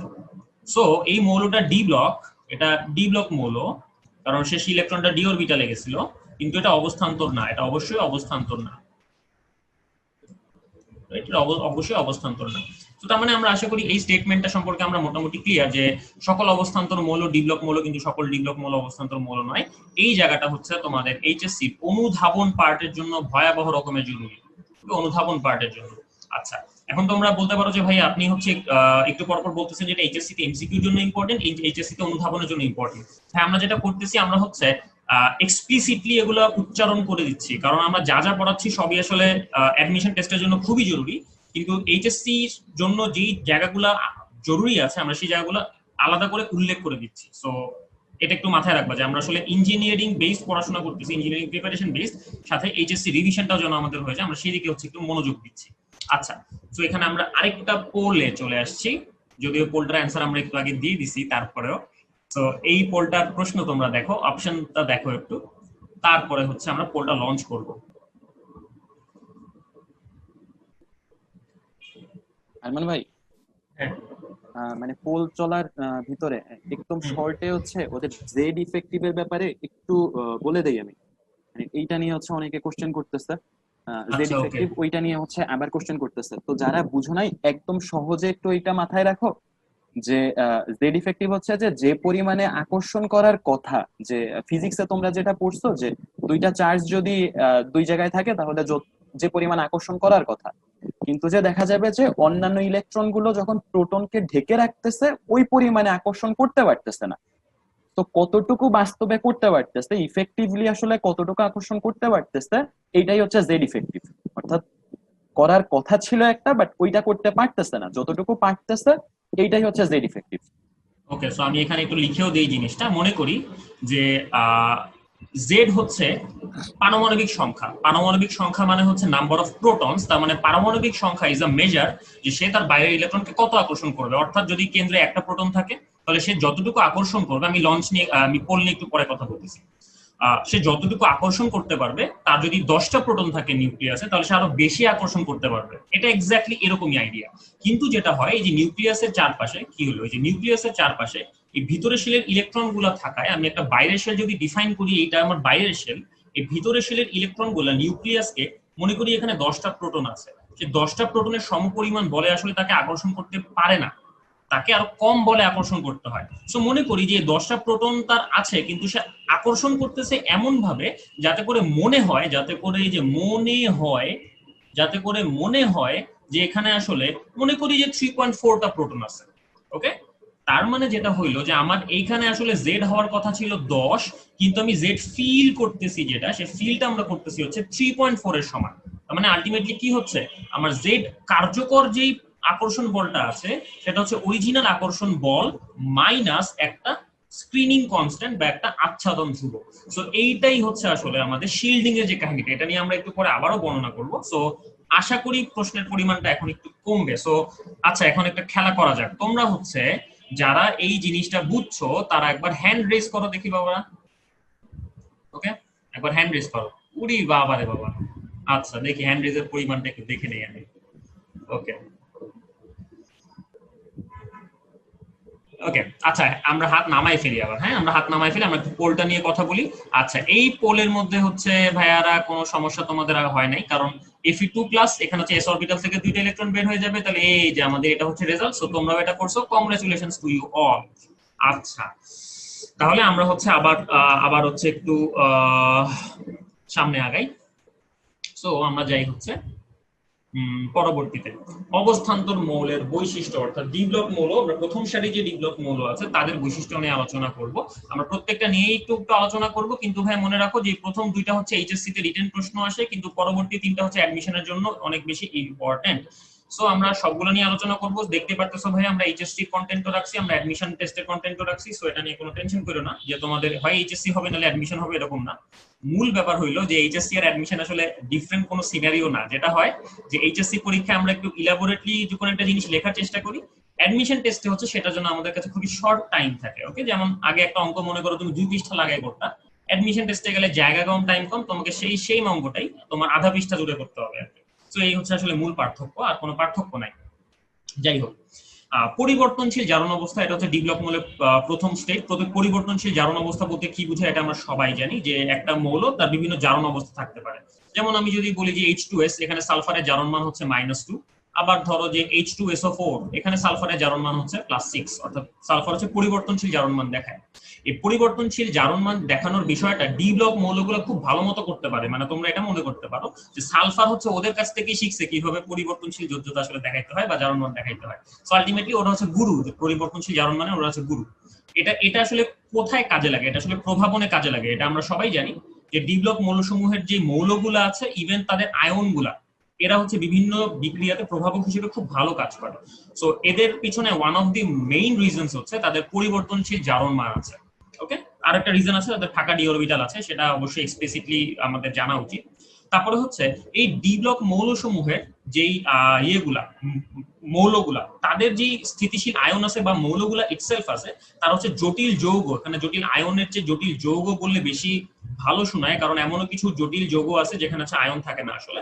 সো তাদের মধ্যে হচ্ছে জটিল যৌগ তারা গঠন করে। এখন কাহিনী হইতেছে এই অবস্থান্তর মৌলের বৈশিষ্ট্যের মধ্যে কিন্তু এটা পড়ে না, কারণ জটিল যৌগ আরো অনেকেই আসলে তৈরি করে। সো আমি হচ্ছে তোমাদেরকে এখানে একটা ছোট্ট প্রশ্ন করতে চাই, তোমরা কি আমাকে চ্যাট বক্সে একটু বলবা যে এমন একটা বস্তুর একটা কেমিক্যালের নাম বলো যে কেমিক্যালটা একটা জটিল যৌগ, ওখানে মানে ওখানে একটা কেন্দ্রীয় পরমাণু আছে যেটা একটা জটিল যৌগ তৈরি করছে, সেই কেন্দ্রীয় পরমাণুটা ডি ব্লক মৌল না, ওটা হচ্ছে এস বা পি ব্লক মৌলের একটা মৌল। সো দেখি তোমাদের মনে আছে কিনা ওই জায়গাটা। ওকে, সো একটু দেখি তোমার চ্যাট বক্সে একটু বলো এটা, আমি একটু দেখি তোমাদের চ্যাট বক্সটা চেক করি। আমার প্রশ্নটা মনে হয় বুঝি নাই, আমরা এমন একটা জটিল যৌগের নাম আমাকে বলতে হবে যেই জটিল যৌগটার মধ্যে কোনো ডি ব্লক মৌল নাই। ওকে, আচ্ছা, সো আমরা সবাই হচ্ছে এখানে আয়রন জিঙ্ক এগুলা নিয়ে আসতেছি। আচ্ছা, খুবই সিম্পল একটা এক্সাম্পল হচ্ছে ক্লোরোফিল। ওকে, ক্লোরোফিল, ক্লোরোফিল। ওকে, এই ক্লোরোফিল হচ্ছে একটা জটিল যৌগ যেটার কেন্দ্রীয় পরমাণু হচ্ছে ম্যাগনেসিয়াম 2+ আয়ন। সো সারপ্রাইজিংলি যে শুধুমাত্র ডি ব্লক মৌলরাই যে জটিল যৌগ তৈরি করতে পারে এরকম আসলে কোনো কথা নাই। এই ক্লোরোফিল এই যে জিনিসটা আছে একটা জটিল যৌগ, এখানে ম্যাগনেসিয়াম দিয়ে তারা জটিল যৌগ তৈরি করে। কিন্তু যেটা হচ্ছে তাদের মেইন বৈশিষ্ট্য সেটা হচ্ছে রঙিন যৌগ গঠন, অর্থাৎ যে জটিল যৌগগুলো আছে তারা জেনারেলি কালারফুল হয়, অর্থাৎ দৃশ্যমান অঞ্চলে আলো শোষণ করে। এটা খুবই ইন্টারেস্টিং একটা ফ্যাক্ট, এটা নিয়ে আমরা একটু ডিটেইলসে আলোচনা করব। এবং তাদের হচ্ছে বিশেষ কিছু চৌম্বকত্ব আছে। ওকে, এই চৌম্বকত্ব নিয়েও আমরা আলোচনা করব। আচ্ছা, সো আমি হচ্ছে একটু এটা হাইড করে দেই ফ্লোটিংটা। হ্যাঁ, আমি হচ্ছে এখন যাই পরবর্তীটাতে। ওকে, সো আমরা হচ্ছে এখানে পরিবর্তনশীল জারণ অবস্থার একটা আইডিয়া দেখতে পাচ্ছি, যে খেয়াল করি যে এখানে স্ক্যান্ডিনিয়াম থেকে শুরু করে জিঙ্ক পর্যন্ত যতগুলো মৌল আছে সেই মৌলগুলা আসলে বিভিন্ন জারণ মান দেখাইতে পারে। যেমন স্ক্যান্ডিনিয়ামের এখানে আসলে +2 একটা জারণ মান দেখা যায়, সেটা সেটা খুব একটা কমন না, সো দ্যাটস ওয়াই এখানে লেখা হয় নাই আসলে। সো +2 +3 খেয়াল করি স্ক্যান্ডিনিয়ামের 2টা জারণ মান আছে। তারপরে খেয়াল করি টাইটেনিয়ামে হচ্ছে +3 +5। তারপর হচ্ছে এখান থেকে আমি যত এই পর্যন্ত যাব দেখতেছি যে টোটাল নাম্বার অফ জারণ মান প্রতিটা মৌলের জন্য বাড়তেছে আসলে। তারপর আবার কি হচ্ছে কমা শুরু করছে, তার মানে আমরা একটা ত্রিভুজের মতো এটা চিন্তা করতে পারি, যেখানে +2 থেকে শুরু হয়, তারপর হচ্ছে এখানে +1 এ আসলে চলে যাচ্ছে। তো এখানে একটা স্পেশাল জিনিস আমাদের দেখার বিষয়, সেটা হচ্ছে কপার। এই কপারের খেয়াল করে আমাদের 2টা জারণ মান আসলে পাওয়া যায়, একটা হচ্ছে +1, একটা হচ্ছে +2, এখানে +3ও পাওয়া যায়। এটা খুবই খুবই হাইলি আনকমন, খুবই আনকমন। কেন আনকমন এটা তোমরা বুঝতেই পারতেছো, কারণ +2 এর পরে যদি আরো একটা ইলেকট্রন আমাদেরকে বের করতে হয়, সেই ইলেকট্রনটাও, সরি আমি একটু ভুল কথা বললাম, +3 হচ্ছে হাইলি আনকমন। আমি হচ্ছে এটা নিয়ে একটু পরে বলতেছি, আমি আপাতত এটা নিয়ে কথা বলি নাই। এখানে খেয়াল করি কপারের 2টা জারণ মান আছে, +1 যেটা আমরা দেখি আর কি জেনারেলি, আর একটা হচ্ছে +2। সো আমরা দেখতে পারতেছি যে +1 এর মধ্যে D10 কনফিগারেশন আর +2 এর মধ্যে হচ্ছে D9 কনফিগারেশন। তারপরেও আমরা বেশিরভাগ যে যৌগগুলো দেখি সেই বেশিরভাগ যৌগগুলোতে হচ্ছে কপার 2 দেখা যায়, কপার 1 কিন্তু আহামরি খুব একটা বেশি দেখা যায় না। সো কেন এটা হয় আসলে? তো এটা হওয়ার কারণ হইলো যে এখানে যদিও বা এখানে ডি অরবিটালটা স্থিতিশীল অবস্থা থেকে একটু অস্থিতিশীল অবস্থায় D9 কনফিগারেশনে চলে গেছে, তারপরেও এখানে যে এক্সট্রা পজিটিভ চার্জটা পাওয়া গেছে সেই এক্সট্রা পজিটিভ চার্জটা দ্রবণ এনথালপি যেটা, অর্থাৎ এটা দ্রবীভূত হইলে খুব বেশি পরিমাণে এনার্জি ইভলভ হয়। সো একটা এক্সট্রা ডি ইলেকট্রন বের করার চাইতে এখানে যে পরিমাণ এনার্জি ইভলভ হয় সেটা আসলে অনেক বেশিখানি এটাকে কম্পেনসেট করে ফেলে। সো দ্যাটস ওয়াই যেটা হয় যে এখানে কপারের আমরা বেশিরভাগ ক্ষেত্রে +1 এর জায়গায় +2 জারণ মানটা বেশি দেখি, কিন্তু তারপরেও +1 জারণ মানটা দেখা যায়। এটা ডিপেন্ড করে আসলে আমরা কোন দ্রাবকে তাকে রাখতেছি, কোন লিগ্যান্ড ব্যবহার করতেছি তার উপরে। যেমন যদি সালফার লিগ্যান্ড ওয়ালা কোনো একটা যৌগ আমরা ব্যবহার করি, আমরা কপার 1 কে স্টেবিলাইজ করতে পারবো। যদি আমরা অক্সিজেন লিগ্যান্ড ওয়ালা কোনো কিছুকে ব্যবহার করি যেমন পানি, তখন আমরা কপার 2 কে স্টেবিলাইজ করতে পারবো। কিন্তু কপার 3 এটা এতটাই হাইলি আনলাইকলি যে এটাকে স্টেবিলাইজ করার মতো তেমন কোনো দ্রাবকও আসলে নাই বা তেমন কোনো লিগ্যান্ডও আসলে নাই। তো দ্যাটস ওয়াই কপার 3 আসলে খুব একটা বেশি দেখা যায় না। তো এই হচ্ছে মোটামুটি আমাদের পরিবর্তনশীল জারণ মানের একটা কাহিনী। আমাদের নেক্সট পেজে এই জিনিসটি আবার চলে আসছে। সো আশা করি আমরা পরিবর্তনশীল জারণ মানটা বুঝতে পারছি আর কি। তো এখানে যেটা হয়, এখানে হচ্ছে আমাদের যোজ্যতাশীল থেকে এক বা একাধিক ইলেকট্রন বের হয়ে যায়, যার কারণে আমরা পরিবর্তনশীল জারণ মানটা দেখতে পারি। এখন আর সেটা কেন হয় আসলে? এটা হওয়ার পেছনে কারণ হইলো মূলত ডি অরবিটাল। দেখতেই পাচ্ছি এখানে ডি অরবিটালের মেলা ইফেক্ট আছে। আচ্ছা, একটু সরি আমি ওকে, সরি একটা অ্যাব্রাপ্ট সাউন্ডের জন্য। আচ্ছা, সো এখানে যেটা হয় যে আমরা যদি ম্যাঙ্গানিজ পর্যন্ত যাই, আমরা হচ্ছে ডি অরবিটালকে পুরোপুরি খালি করে দিই। ওকে, ডি অরবিটালকে পুরোপুরি খালি করে দিই, যে এখানে হচ্ছে 2টা আর 1টা, ফাইন, 2টা আর 1টা, মানে এখানে যদি 2টা ইলেকট্রন একবারে বের হয়ে যায় আমরা জারণ মান পাবো হচ্ছে +2। তারপরে ডি অরবিটালে যদি একটা ইলেকট্রন আছে, ডি অরবিটাল থেকে একটা ইলেকট্রন বের হইতে পারে। এখানে ডি অরবিটালে 2টা ইলেকট্রন আছে, তাহলে ডি অরবিটাল থেকে একটা এবং 2টা ইলেকট্রন বের হইতে পারে, তাহলে এখানে +3 +4 2টা জারণ মান পসিবল। সিমিলারলি যদি এখানে দেখি, এখানে +2 হচ্ছে প্রথম জারণ মান হবে, তারপরে হচ্ছে এখান থেকে ডি অরবিটাল থেকে একটা, 2টা বা 3টা ইলেকট্রন বের হইতে পারে, তার মানে এখানে আমি হচ্ছে সেই হিসাবে আমি বিভিন্ন জারণ মান পাইতে পারি। সো আলটিমেটলি আমার কাজ কি আসলে, আমার কাজ হচ্ছে ডি অরবিটালটা খালি করা পর্যন্ত আমি একটা একটা করে ইলেকট্রন যদি বের করতে পারি তাহলে আমি পসিবল জারণ মানগুলো পেয়ে যাব। কিন্তু সবগুলো জারণ মান আসলে হাইলি স্টেবল হয় না বা এগুলো ডিটেক্ট করাটা খুবই কষ্ট হয়। কারণটা আমি একটু আগে বললাম, কারণ হচ্ছে এখানে এই ফ্যাক্টর গুলো কাজ করে, যে দ্রাবক কি বা কোন লিগ্যান্ড আমি এখানে ব্যবহার করতেছি বা এখানে হচ্ছে কোন পরিবেশে আছে তার উপরে আর কি। সো আমরা হচ্ছে পরবর্তীতে চলে যাই, পরিবর্তনশীল জারণ অবস্থানে আমরা কথা বললাম, প্রভাবক হিসেবে কাজ। সো এটা আমরা খুব আগেও দেখছি, এটা হচ্ছে হেবার পদ্ধতিতে অ্যামোনিয়া উৎপাদন। এটা হচ্ছে দ্বিতীয় বিশ্বযুদ্ধের সময় খুবই যুগান্তকারী একটা আবিষ্কার ছিল। তোমরা যারা যারা জিনিয়াস টিভি সিরিজটা দেখছো তারা হয়তো এটা সম্পর্কে একটু জানো। আইনস্টাইনের উপরে একটা একটা বায়োগ্রাফি বেসড একটা ছিল, সিরিজ ছিল, খুবই সুন্দর সিরিজটা। তো তোমরা যারা যারা দেখো নাই তারা একটু দেখতে পারো আর কি। আচ্ছা আচ্ছা, এখানেও একটা কাজ করা যায়, তোমরা যারা হচ্ছে জিনিয়াস দেখছো তারা হচ্ছে একটু হ্যান্ড রেজ করো, দেখে আমি একটু দেখতে চাই বিজ্ঞানীগুলাকে। ওকে, হ্যান্ড রেজ করো। ওকে, যারা যারা জিনিয়াস দেখছি, জিনিয়াস। আরে এখানে তো বিজ্ঞানী বেশি নেই রে, এই হ্যান্ড রেজ বাড়ানো কেন? ওরে বাবা 100 ছাড়াইছে, যাক। আচ্ছা ওকে ওকে, বলো ভাই, হাত নামাও, এখন আমরা ক্লাসে ফেরত যাই। ওকে আচ্ছা, সো হ্যাঁ, সো আচ্ছা এখানে কি হয় আসলে, এখানে যেটা হয় মূলত যে এই নাইট্রোজেন আর হাইড্রোজেন দুইটাই হচ্ছে হাইলি নন রিঅ্যাক্টিভ গ্যাস। এরা হচ্ছে নরমালি বিক্রিয়া করতে চায় না, কিন্তু আয়রন বেডের উপরে তারা আবার ঠিকই সুন্দর করে বিক্রিয়া করে। সো যেটা হয়, আয়রনের যে ফাঁকা ডি অরবিটাল গুলো আছে, এই ফাঁকা ডি অরবিটাল গুলা এই নাইট্রোজেন আর হাইড্রোজেনের ইলেকট্রনের একটা টেম্পোরারি একটা হিসেবে কাজ করে, একটা টেম্পোরারি অবস্থান হিসেবে কাজ করে। সো আয়রনের ফাঁকা ডি অরবিটাল গুলো যেটা করতে পারে, ফাঁকা ডি অরবিটাল গুলো নাইট্রোজেন আর হাইড্রোজেনের ইলেকট্রন গুলাকে এখানে অ্যাবজর্ব করে, অর্থাৎ এখানে নাইট্রোজেন আসলো, এখানে হাইড্রোজেন আসলো, তখন এদের মাঝখানে তারা বিক্রিয়া করাতে পারে আর কি। আসলে মেইনলি যেটা হয়, নাইট্রোজেন আর হাইড্রোজেন এতটাই নন রিঅ্যাক্টিভ যে ওরা যদি ফ্রি গ্যাস মুডে থাকে তাহলে তারা কোনোভাবেই আসলে বিক্রিয়া করতে চায় না। কিন্তু আয়রন বেডের উপরে তাদের ইলেকট্রন ঘনত্বটা আয়রনের দিকে শিফট করায়, তাদের নিজেদের মধ্যকার বন্ধনগুলো দুর্বল হয়ে যায়। তো তখন তারা নিজেদের মধ্যে সুন্দর করে বিক্রিয়া করে অ্যামোনিয়া উৎপাদন করতে পারে। এই মোটামুটি একই কাহিনী এখানেও হয়, মোটামুটি একই কাহিনী এখানেও হয়। সো আলটিমেটলি আমরা দেখতে পারতেছি যে ডি ব্লক মৌলের যে ফাঁকা ডি অরবিটাল গুলা বা হায়ার শেলে যে ফাঁকা অরবিটাল গুলো আছে, সেগুলো আসলে মূলত এই টাইপের ইন্টারঅ্যাকশনের জন্য দায়ী। শুধুমাত্র যে এখানে পিওর মৌলগুলো এই কাজ করতে পারে তা না, আমাদের যে আয়ন গুলো আছে, সাচ এজ আমি যদি মনে করি যে ম্যাঙ্গানিজ, ওকে, ম্যাঙ্গানিজের কিন্তু অনেকগুলো জারণ মান আছে, +2 থেকে শুরু করে +7 পর্যন্ত। তো এই যে এতগুলো জারণ মান, তারা এই জারণ মানগুলোর মধ্যে আন্ত পরিবর্তন করার মাধ্যমেও কিন্তু তারা প্রভাবন দেখাইতে পারে। যেমন একটা সাধারণ এক্সাম্পল হচ্ছে, আমরা স্পর্শ পদ্ধতিতে যখন সালফার ডাইঅক্সাইড থেকে সালফার ট্রাইঅক্সাইড উৎপাদনটা করি, এখানে ভ্যানাডিয়াম পেন্টক্সাইড হচ্ছে প্রভাবক হিসেবে ব্যবহৃত হয়। ভ্যানাডিয়াম পেন্টক্সাইড হচ্ছে ভ্যানাডিয়াম 5+, এটা হচ্ছে ভ্যানাডিয়াম 3+। এই দুটার মধ্যে আন্ত পরিবর্তন হওয়ার মাধ্যমে, অর্থাৎ ভিন্ন ভিন্ন জারণমান প্রদর্শনের মাধ্যমে আসলে এই বিক্রিয়াটাকে প্রভাবিত করে। সো আলটিমেটলি আমরা দেখতে পাচ্ছি যে ডি ব্লক মৌলসমূহের ফাঁকা ডি অরবিটাল, এটা একটা কাহিনী, এবং দ্বিতীয় কি কাহিনী, দ্বিতীয় কাহিনী হচ্ছে তাদের পরিবর্তনশীল জারণমান। এই দুইটা কারণে তারা হচ্ছে খুব ভালো প্রভাবক হিসেবে খুব সুন্দর মতো কাজ করে। আর একটু বড় হইলে তোমরা শিখবা যে আসলে আরো একটা ব্যাপার আছে, সেটা হচ্ছে পরিবর্তনশীল সন্নিবেশ সংখ্যা, সেটার কারণে আসলে তারা প্রভাবক হিসেবে কাজ করতে পারে। কিন্তু এটা আরেকটু বড় হইলে আর কি, যদি তোমরা কোনোদিন পেট্রোলিয়াম ইন্ডাস্ট্রিতে চাকরি টাকরি করো, তখন দেখবা যে পেট্রোলিয়াম বানানোর জন্য বা পেট্রোলিয়াম ভালো করে একটা সিনথেসিস করার জন্য এইরকম জিনিসপাতি অনেক প্রয়োজন হয়। আচ্ছা, সো এখন ফাইনালি আমরা কিছু একদম হার্ডকোর সায়েন্টিফিক থিওরিতে চলে আসছি আর কি। সো সেগুলো হচ্ছে জটিল যৌগের গঠন, অর্থাৎ জটিল যৌগ কাকে বলে এটা প্রথমে আমার বুঝতে হবে, তারপরে সেখানে তার গঠনের সম্পর্ক, তাই না? সো এখানে আমরা দুটো एग्जांपल দিছি, একটা হচ্ছে এই যে কপারের, একটা হচ্ছে এখানে যে আয়রনের। এটা কপারের জটিল যৌগ, এটা হচ্ছে আয়রনের জটিল যৌগ। আর বাকিগুলো হচ্ছে কাউন্টার আয়ন, যেমন এখানে সালফেট হচ্ছে কাউন্টার আয়ন, এখানে পটাশিয়াম হচ্ছে কাউন্টার আয়ন, তারপর অ্যামোনিয়া এখানে লিগ্যান্ড, সায়ানাইড এখানে লিগ্যান্ড। সো এইগুলাই আমরা একটু বর্ণনা করি এখানে। তো এখানে আমরা একটা জটিল আয়নের একটা সুন্দর স্বাভাবিক স্ট্রাকচার দেখতে পাচ্ছি। সো প্রথম কথা হইতেছে যে জটিল আয়নটা এটা কেন তৈরি হইলো। এটা তৈরি হওয়ার কারণ হইলো এই অ্যামোনিয়ার যে নেগেটিভ এন্ড বা নেগেটিভ পোলটা আছে, অর্থাৎ লোন পেয়ারটা আছে, তার সাথে এই কপারের একটা খুব সুন্দর ইন্টারঅ্যাকশন হয়। এই ইন্টারঅ্যাকশন হওয়ার পিছনে কারণ কি?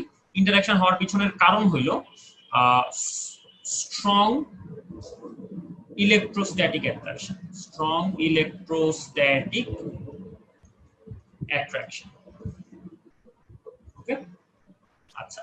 সো এটা হইতেছে আমাদের আসলে প্রথম কথা, যে স্ট্রং ইলেকট্রোস্ট্যাটিক অ্যাট্রাকশন থাকার কারণে আসলে এই ঘটনাটা ঘটে। সো এখন আমরা যদি দেখি যে জটিল যৌগ আসলে কারা তৈরি করে, আমরা বেশিরভাগই দেখবো জটিল যৌগগুলো আছে অবস্থান্তর মৌলরা খুব ভালো তৈরি করে। ডি ব্লকে যে প্রথম সারি আছে তাদের যে নিজের সারিগুলোতে যদি আমরা যাই, মনে করি এফ ব্লক মৌলগুলো, ওরা আরো ভালো জটিল যৌগ তৈরি করতে পারে, কিন্তু এস বা পি ব্লকের যে ধাতুগুলো আছে তারা এত আহামরি ভালো জটিল যৌগ তৈরি করতে পারে না। ভেরি ফিউ এক্সাম্পলস আছে যে ক্ষেত্রে হচ্ছে তারা জটিল যৌগ তৈরি করতে পারে, যেমন ম্যাগনেসিয়াম পারে, তারপরে ধরলাম অ্যালুমিনিয়াম এটা পারে, তারপর লিথিয়াম কিছু কিছু ক্ষেত্রে পারে, কিন্তু সোডিয়াম কোনোদিনই পারে না, রাইট? তাহলে আসলে পার্থক্যগুলা কি? পার্থক্যগুলো হলো যে এই আয়নগুলার বাইরের যে নেগেটিভ পোল আছে, অর্থাৎ লিগ্যান্ডের যে নেগেটিভ প্রান্তটা আছে বা লোন পেয়ারটা আছে, তাদেরকে ওরা খুব ভালোভাবে আকর্ষণ করতে পারে না, যেমনটা ডি ব্লক মৌলসমূহ পারে। কেন পারে? কারণ আমরা একটু আগেই দেখছি যে ডি ব্লক মৌলসমূহের হচ্ছে কার্যকর নিউক্লিয় বল জেড ইফেক্টিভটা হচ্ছে অনেক হাই। ওকে, এই জেড ইফেক্টিভটা হাই হওয়ার কারণে আসলে মূলত এই ঘটনাটা ঘটে। তো এখন যাই হোক, আমরা হচ্ছে এখানে একটু ফেরত আসি। এই যে একটা জটিল আয়ন, এটাকে আমরা হচ্ছে একটা পোর্শনে ভাগ করব। খেয়াল করি, আমি যদি এখানে তাকাই, এখানে এই পার্টটা হচ্ছে জটিল, এই পার্টটা হচ্ছে জটিল, এটা কাউন্টার আয়ন। তাহলে এই যে জটিল যে পার্টটা আছে, এই পার্টটাকে আমরা বলি হচ্ছে সন্নিবেশ গোলক বা কোঅর্ডিনেশন স্ফিয়ার। সন্নিবেশ গোলক, ওকে, কোঅর্ডিনেশন স্ফিয়ার, সন্নিবেশ গোলক। আচ্ছা, এটা হচ্ছে সন্নিবেশ গোলক গেল। এই সন্নিবেশ গোলকটা যেই পরমাণুটা কেন্দ্র করে ধরে আছে, এই পরমাণুটাকে বলা হয় হচ্ছে কেন্দ্রীয় পরমাণু বা সেন্ট্রাল অ্যাটম। এটাকে বলা হচ্ছে কেন্দ্রীয় পরমাণু। আমি একটু আন্ডু করি এটা, এই আন্ডু হও, হ্যাঁ, এটাকে বলা হচ্ছে কেন্দ্রীয় পরমাণু। ওকে, এটাকে বলা হচ্ছে কেন্দ্রীয় পরমাণু। আচ্ছা, এই কেন্দ্রীয় পরমাণুর সাথে যারা হচ্ছে বন্ধন তৈরি করে, এই যে বন্ধনগুলোকে আমরা ভিবিটি তত্ত্ব অনুযায়ী বলি সন্নিবেশ সমযোজী বন্ধন। এটা আশা করি কি আমরা জানি, আমরা পরবর্তী লেকচারে আবারও দেখবো এটা। তো এই সন্নিবেশ সমযোজী বন্ধন যারা কেন্দ্রীয় পরমাণুর সাথে তৈরি করলো, এদেরকে বলা হয় হচ্ছে লিগ্যান্ড। যারা আমরা অ্যাসিড ক্ষার সম্পর্কে একটু জানি, তাহলে আমরা বলতে পারবো যে এই লিগ্যান্ড গুলো হচ্ছে লুইস ক্ষার এবং এই কেন্দ্রীয় পরমাণুগুলো হচ্ছে লুইস অম্ল। সো এই হচ্ছে মোটামুটি একটা আইডিয়া। এখন এই কেন্দ্রীয় পরমাণুটা লিগ্যান্ডের সাথে যতগুলো বন্ধন তৈরি করলো, খেয়াল করি লিগ্যান্ডের সংখ্যা কিন্তু ইম্পর্টেন্ট না, কতগুলো বন্ধন তৈরি করলো, অর্থাৎ নাম্বার অফ বন্ডস। এই নাম্বার অফ বন্ডস এইটাকে বলা হয় হচ্ছে কোঅর্ডিনেশন নাম্বার বা সন্নিবেশ সংখ্যা। তো আমরা তিনটা কথা এখানে শিখলাম, চারটা কথা এখানে শিখলাম। প্রথম কথা হচ্ছে সন্নিবেশ গোলক। সন্নিবেশ গোলক কাকে বলে? যেই পার্টটুকু হচ্ছে জটিল সেটাকে সন্নিবেশ গোলক বলা হয়। এই জটিল পার্টের মধ্যে হচ্ছে দুইটা অংশ থাকে, একটা হচ্ছে কেন্দ্রীয় পরমাণু যার সাথে লিগ্যান্ড গুলো বাইন্ড করে, আর হচ্ছে লিগ্যান্ড যে হচ্ছে বাইন্ড করে। আর এই কেন্দ্রীয় পরমাণুটা লিগ্যান্ডের সাথে মোট যতগুলো বন্ধন তৈরি করে তাকে বলা হয় হচ্ছে তার সন্নিবেশ সংখ্যা। লিগ্যান্ড সংখ্যার উপর ডিপেন্ডেন্ট না। যেমন এখানে হচ্ছে লিগ্যান্ড সংখ্যা 4টা এবং সন্নিবেশ সংখ্যা হচ্ছে কপারের 4, সো এটা মিলে গেল। সিমিলারলি এখানে আয়রনের সন্নিবেশ সংখ্যা হচ্ছে 6 এবং এখানে লিগ্যান্ডের সংখ্যাও হচ্ছে 6টা, এটাও মিলে গেল। কিন্তু ভাইয়া সবসময় এটা মিলবে না। আরেকটা যে পার্ট ইম্পর্টেন্ট সেটা হচ্ছে এখানে এই +2 বা এখানে যে -3, এটা হচ্ছে আমাদের এই আয়নটার মোট চার্জ। এটা কোত্থেকে আসে? এটা আসে হচ্ছে এই সন্নিবেশ গোলকের ভিতরে যারা যারা আছে তাদের মোট চার্জগুলা বা মোট জারণমানগুলো যোগ করার পরের ফলাফলটা। যেমন অ্যামোনিয়া এখানে নিউট্রাল মলিকিউল, তাই প্রতিটা অ্যামোনিয়ার জারণমান হচ্ছে 0, তার মানে এখানে 4 × 0 হবে, প্লাস কপারের জারণমান মনে করি x, দুইটা মিলাই হবে হচ্ছে আমাদের এই চার্জের মানটা, যেমন দুইটা মিলাই হবে আমাদের +2। তাহলে এখান থেকে আমরা দেখতে পারতেছি x আসলে হবে হচ্ছে +2। সিমিলারলি এখানে -3 কেন আসছে, এটা দেখার মাধ্যমে আমরা আসলে আয়রনের জারণমান বের করতে পারি। মনে করি আয়রনের জারণমান হচ্ছে x, প্লাস এখানে সায়ানাইড হচ্ছে 6টা, প্রতিটা সায়ানাইডের জারণমান হচ্ছে -1 করে, তাহলে -1 × 6 এটা সমান সমান হবে হচ্ছে -3, অর্থাৎ মোট চার্জের সমান। তাহলে এখানে আমরা x সমান সমান পাবো হচ্ছে +3, রাইট? তাহলে আমরা বলতে পারবো যে এখানে আয়রনটা হচ্ছে +3 জারণমান অবস্থায় আছে।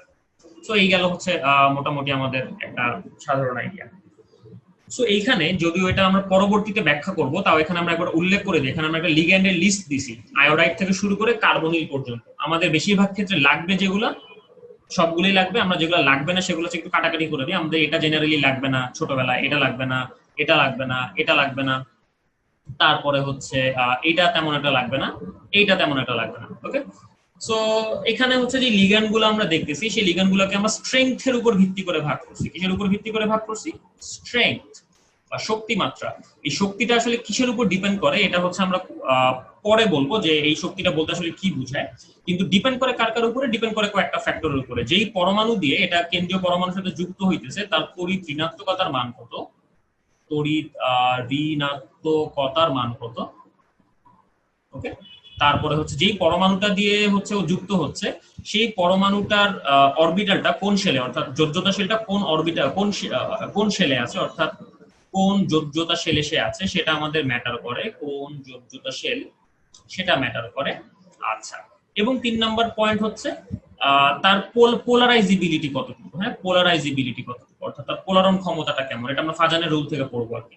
সো এই তিনটা ফ্যাক্টরের উপর মূলত এই জিনিসটা মোটামুটি ডিপেন্ড করে। সো এটা মুখস্থ করার কোনো দরকার নেই আসলে, একটা দুইটা জাস্ট সাধারণভাবে আমরা এভাবে মনে করতে পারি যে যারা হচ্ছে কার্বনের মাধ্যমে বন্ধন তৈরি করে আর কি, যেমন এই কার্বন মনোক্সাইড আছে, এখানে সায়ানাইড আছে, এরা কার্বনের মাধ্যমে বন্ধন তৈরি করে, এরা হচ্ছে সবচেয়ে স্ট্রং। তারপরে হচ্ছে নাইট্রোজেন ডোনাররা, অর্থাৎ যারা নাইট্রোজেনের মাধ্যমে বন্ধন তৈরি করে, যেমন অ্যামোনিয়া, ইথিলিন, ডাইঅ্যামিন, এরা।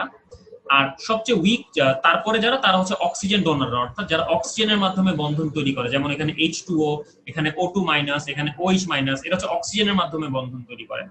Last but not the least, তারপরে হচ্ছে অন্যান্য, এক্স দিয়ে আমরা বুঝাইতেছি হচ্ছে আদার্স যারা আছে, যেমন সালফার দিয়ে যারা বন্ধন তৈরি করলো বা আয়োডিন দিয়ে যারা বন্ধন তৈরি করলো, এরা হচ্ছে সবচেয়ে উইক। সো এটা একটা সাধারণ নিয়ম হিসেবে আমরা মনে রাখতে পারি যে কার্বন ডোনাররা সবচেয়ে স্ট্রং। আচ্ছা, এখানে বন্ড লিখছি কেন আমি, এটা হবে হচ্ছে ডোনার, রাইট? ইরেজার নিয়ে আমি একটু জাস্ট মুছে ফেলি। ওকে, এটা হচ্ছে ডোনার হবে, এটা কি লিখছি না লিখছি, হ্যাঁ। সো এটা হচ্ছে ডোনার, রাইট? ডোনার। আচ্ছা, সো আশা করি এই পর্যন্ত আমাদের সবার ক্লিয়ার। সো আমরা স্পেকট্রোকেমিক্যাল সিরিজ বুঝে গেছি। স্পেকট্রোকেমিক্যাল সিরিজ হচ্ছে এমন একটা সিরিজ যেখানে লিগ্যান্ডের স্ট্রেংথ অনুসারে সবাইকে সাজানো হয়। এই স্ট্রেংথটা কার কার উপর ডিপেন্ড করে? স্ট্রেংথটা হচ্ছে তিনটা জিনিসের উপর ডিপেন্ড করে।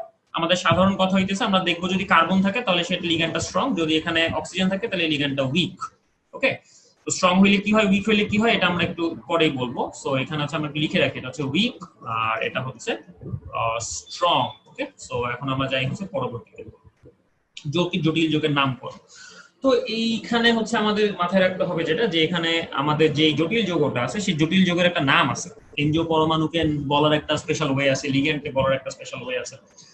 সো এইগুলো আসলে কিভাবে রিলেটেড, সো এটাকেই হচ্ছে আমরা এইখানে আমরা বর্ণনা করব। সো দেখা যাচ্ছে যে এখানে আমাদের জটিল যৌগের নামকরণের নিয়ম হইলো এরকম, আমাদের লিগ্যান্ডের নাম আর সংখ্যা দিতে হবে, আমাদের কেন্দ্রীয় অবস্থান্তর মৌলের নাম বলতে হবে, আমাদের কেন্দ্রীয় অবস্থান্তর মৌলের জারণ মান বলতে হবে। এই তিনটা জিনিস আমার জটিল আয়নের ক্ষেত্রে একদম লাগবে। তো এখন আমাদের যে জটিল আয়নগুলো আছে তারা হচ্ছে দুই ধরনের হইতে পারে। আমাদের হইতে পারে সেগুলো হচ্ছে পজিটিভ আয়ন, হইতে পারে সেগুলো নেগেটিভ আয়ন, হইতে পারে সেগুলা নিউট্রাল আয়ন, নিউট্রাল পদার্থ আর কি। যেমন আমি একটা এক্সাম্পল দিতে পারি, যেমন টেট্রা কার্বনিল নিকেল 0, এটা হচ্ছে নিকেল 0 পরমাণু দিয়ে তৈরি। ওকে, মানে এখানে নিকেলের +2 অক্সিডেশন স্টেট আসলে নাই, এটা হচ্ছে 0 পরমাণু। সো এটা একটা জটিল যৌগ, কিন্তু এখানে কোনো আয়ন না, এটা ধনাত্মক না ঋণাত্মক না, কিন্তু আমরা আমাদের আপাতত কেসটা ধনাত্মক আর ঋণাত্মক জটিল আয়নের ক্ষেত্রে রাখবো। সো কিভাবে আসলে নামটা করতে হয় আসলে, সো আইডিয়াটা হচ্ছে এরকম, আমাদের সংখ্যা সহ প্রথমে লিগ্যান্ডের নাম বলতে হবে। যেমন এইখানে আমি যদি এইটার কথাটা উল্লেখ করি, এখানে হচ্ছে আমাদের কপার হচ্ছে আমাদের কেন্দ্রীয় পরমাণু, লিগ্যান্ড হচ্ছে অ্যামোনিয়া, এখানে 4টা অ্যামোনিয়া আছে, তার মানে আমাদের 4 সংক্রান্ত একটা তথ্য লাগবে। সেই তথ্যটাকে আমরা বলি হচ্ছে টেট্রা ফর 4। তারপরে হচ্ছে আমাদের লিগ্যান্ডের নামটা বলতে হবে, লিগ্যান্ডের নাম হচ্ছে এখানে অ্যামোনিয়া লিগ্যান্ড হিসেবে নাম হচ্ছে অ্যামিন, এটা আমরা একটু পরেই আমরা দেখে নিব যে কোনটার নাম কিরকম, টেট্রা অ্যামিন। তারপর হচ্ছে এখানে কপার, এবং কপারের আমাদের ল্যাটিন নামটা লিখতে হবে, মানে যে অরিজিনাল নামটা আর কি। কপার বললে হবে না, এখানে আমাদের বলতে হবে যে কাপ্রাম। সো আমরা এখানে বলবো যে কাপ্রাম। ওকে, কাপ্রাম, সিইউ, এখানে সিইউ লিখছি। এখন এই কাপ্রাম বলার পরে আমাদের যেটা আইডিয়াটা সেটা হচ্ছে এখানে কপারের জারণ মানটা কত, কপারের জারণ মান হচ্ছে +2। সো এই জারণ মানটা আমাদেরকে রোমান হরফে লিখতে হবে। ওকে, তার মানে এটা হচ্ছে টেট্রা অ্যামিন কপ্রাম, এটা হচ্ছে আমাদের ক্যাটায়নটার পুরা নাম। এই সালফেট হচ্ছে অ্যানায়নটা, এটা আমরা লাস্টে সালফেট হিসেবে লিখে দিই। ওকে, সো এই হচ্ছে আমাদের মোটামুটি একটা নামের আইডিয়া।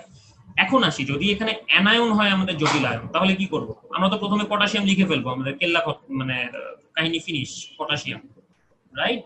পটাশিয়াম লিখে ফেললাম। এখন আসি এই যে জায়গাটা, এই যে এই আয়রন সায়ানাইড, এখানে আমাদের প্রথমে কার নাম লিখতে হবে? প্রথমে আমাদের লিখতে হবে হচ্ছে সংখ্যা সহ লিগ্যান্ডের নাম। তাহলে এখানে আমরা সংখ্যা সহ লিগ্যান্ড লিখি।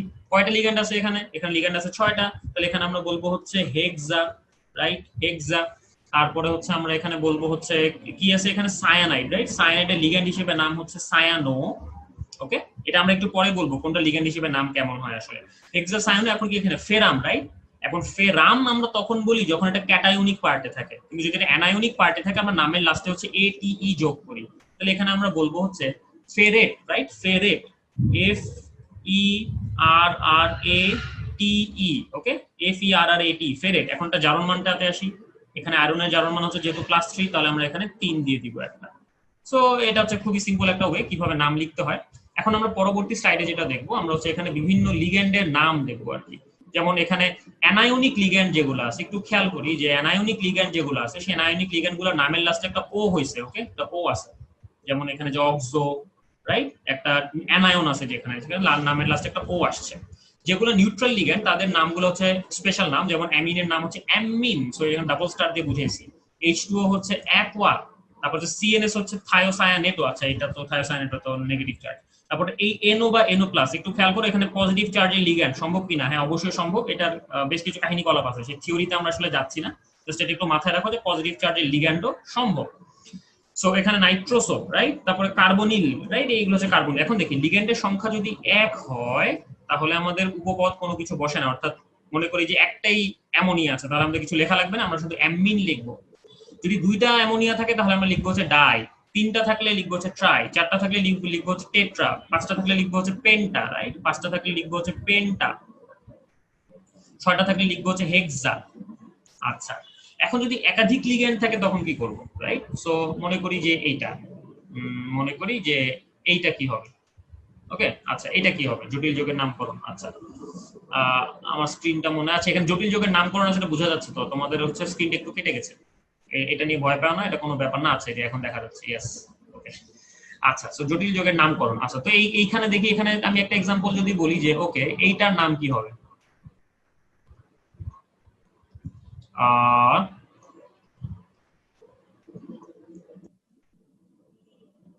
ওকে।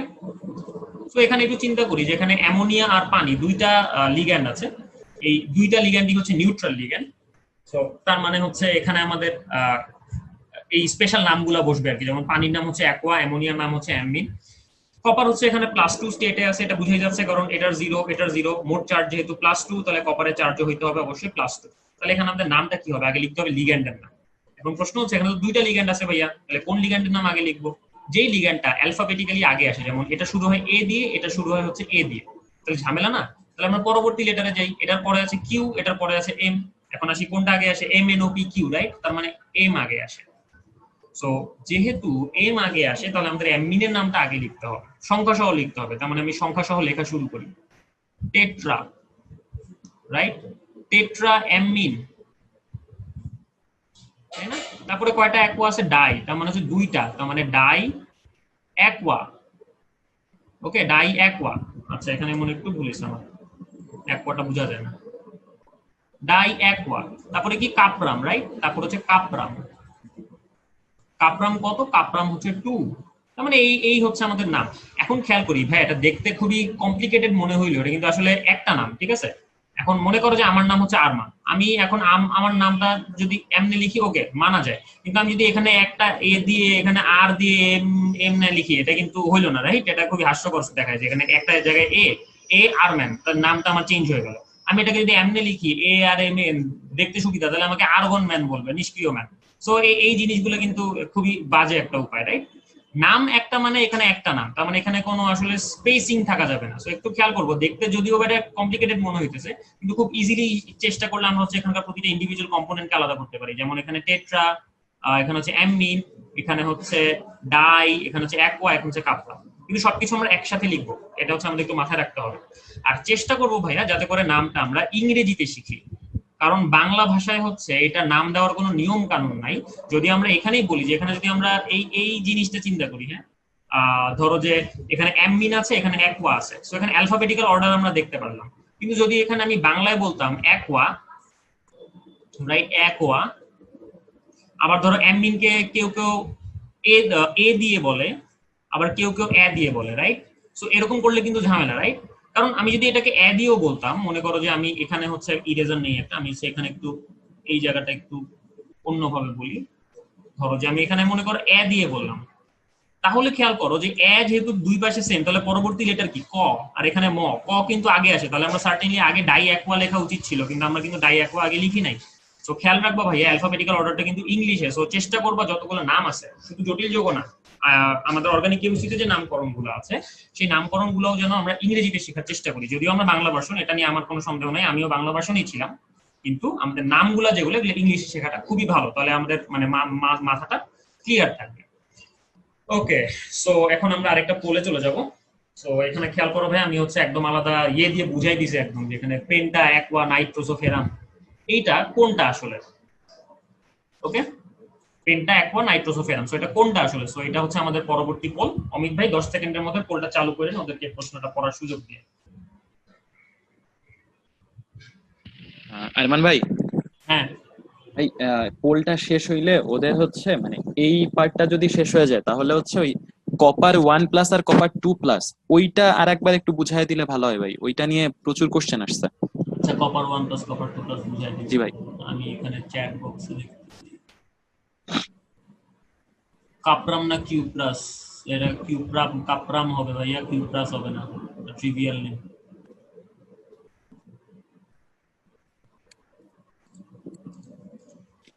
ওকে আচ্ছা, আমাদের পোল মনে হয় শেষ। সো আমাদের পোলের মধ্যে মেজরিটি অ্যানসার হচ্ছে সি, পেন্টা অ্যাকোয়া ফেরাম। হ্যাঁ ঠিক আছে। সো ইয়েস ইউ, তোমরা সবাই হচ্ছে কত 57% মানুষ হচ্ছে সঠিক উত্তর দিয়েছো। সো অ্যানসার হচ্ছে এটা। আচ্ছা, তো আরেকটা যেটা হচ্ছে কপার 1 আর কপার 2 নিয়ে আর কি ঝামেলাটা ছিল যেটা, সো সেটা আমি আরেকবার একটু বলে দেই। তো কপার 1 আর কপার 2 নিয়ে ঝামেলা যেটা, সেটা হচ্ছে কপার 1 আমাদের স্টেবল চিন্তা হওয়া উচিত যে কপার 1 যদি আমি চিন্তা করি, কপার 1 এর কনফিগারেশন হচ্ছে 3d10 4s0, মানে এখানে d10 কনফিগারেশন।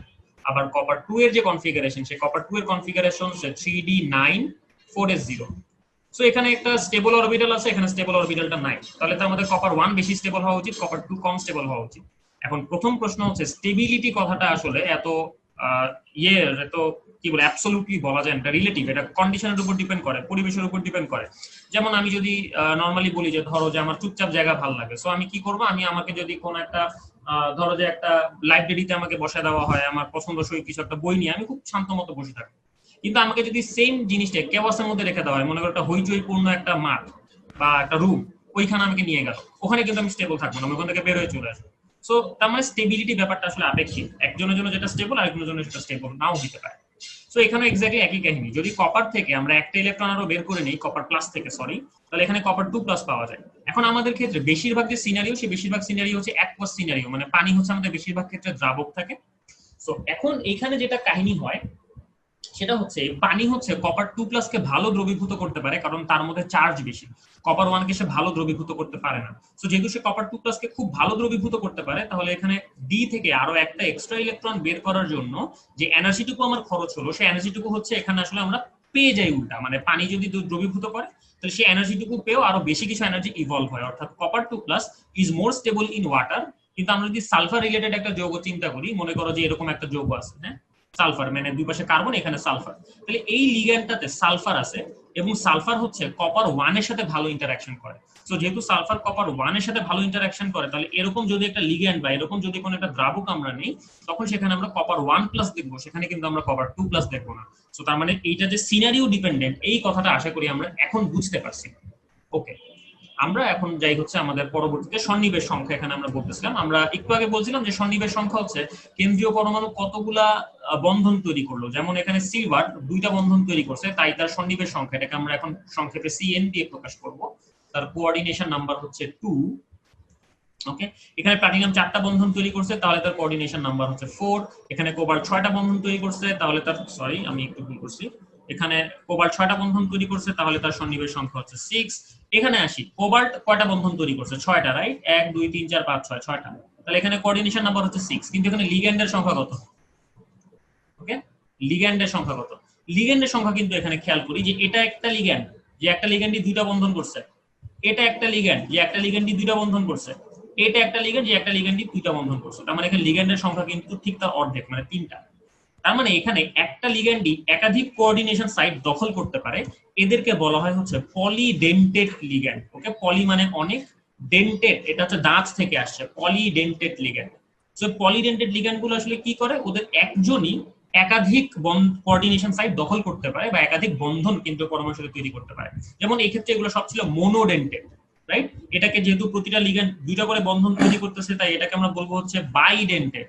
যদি এরকম 6টা বন্ধনই একজন তৈরি করতে পারে, সেটাকে আমরা বলবো হচ্ছে হেক্সাডেন্টেড। তোমরা যারা একটু ইন্টারেস্টেড, তোমরা ইডিটিএ দিয়ে সার্চ দিতে পারো, এই ইডিটিএ দিয়ে সার্চ দিলে তোমরা আসলে পেয়ে যাবা যে এটা একটা কমপ্লিকেটেড স্ট্রাকচার এবং এটা একলাই 6টা বন্ধন তৈরি করতে পারে।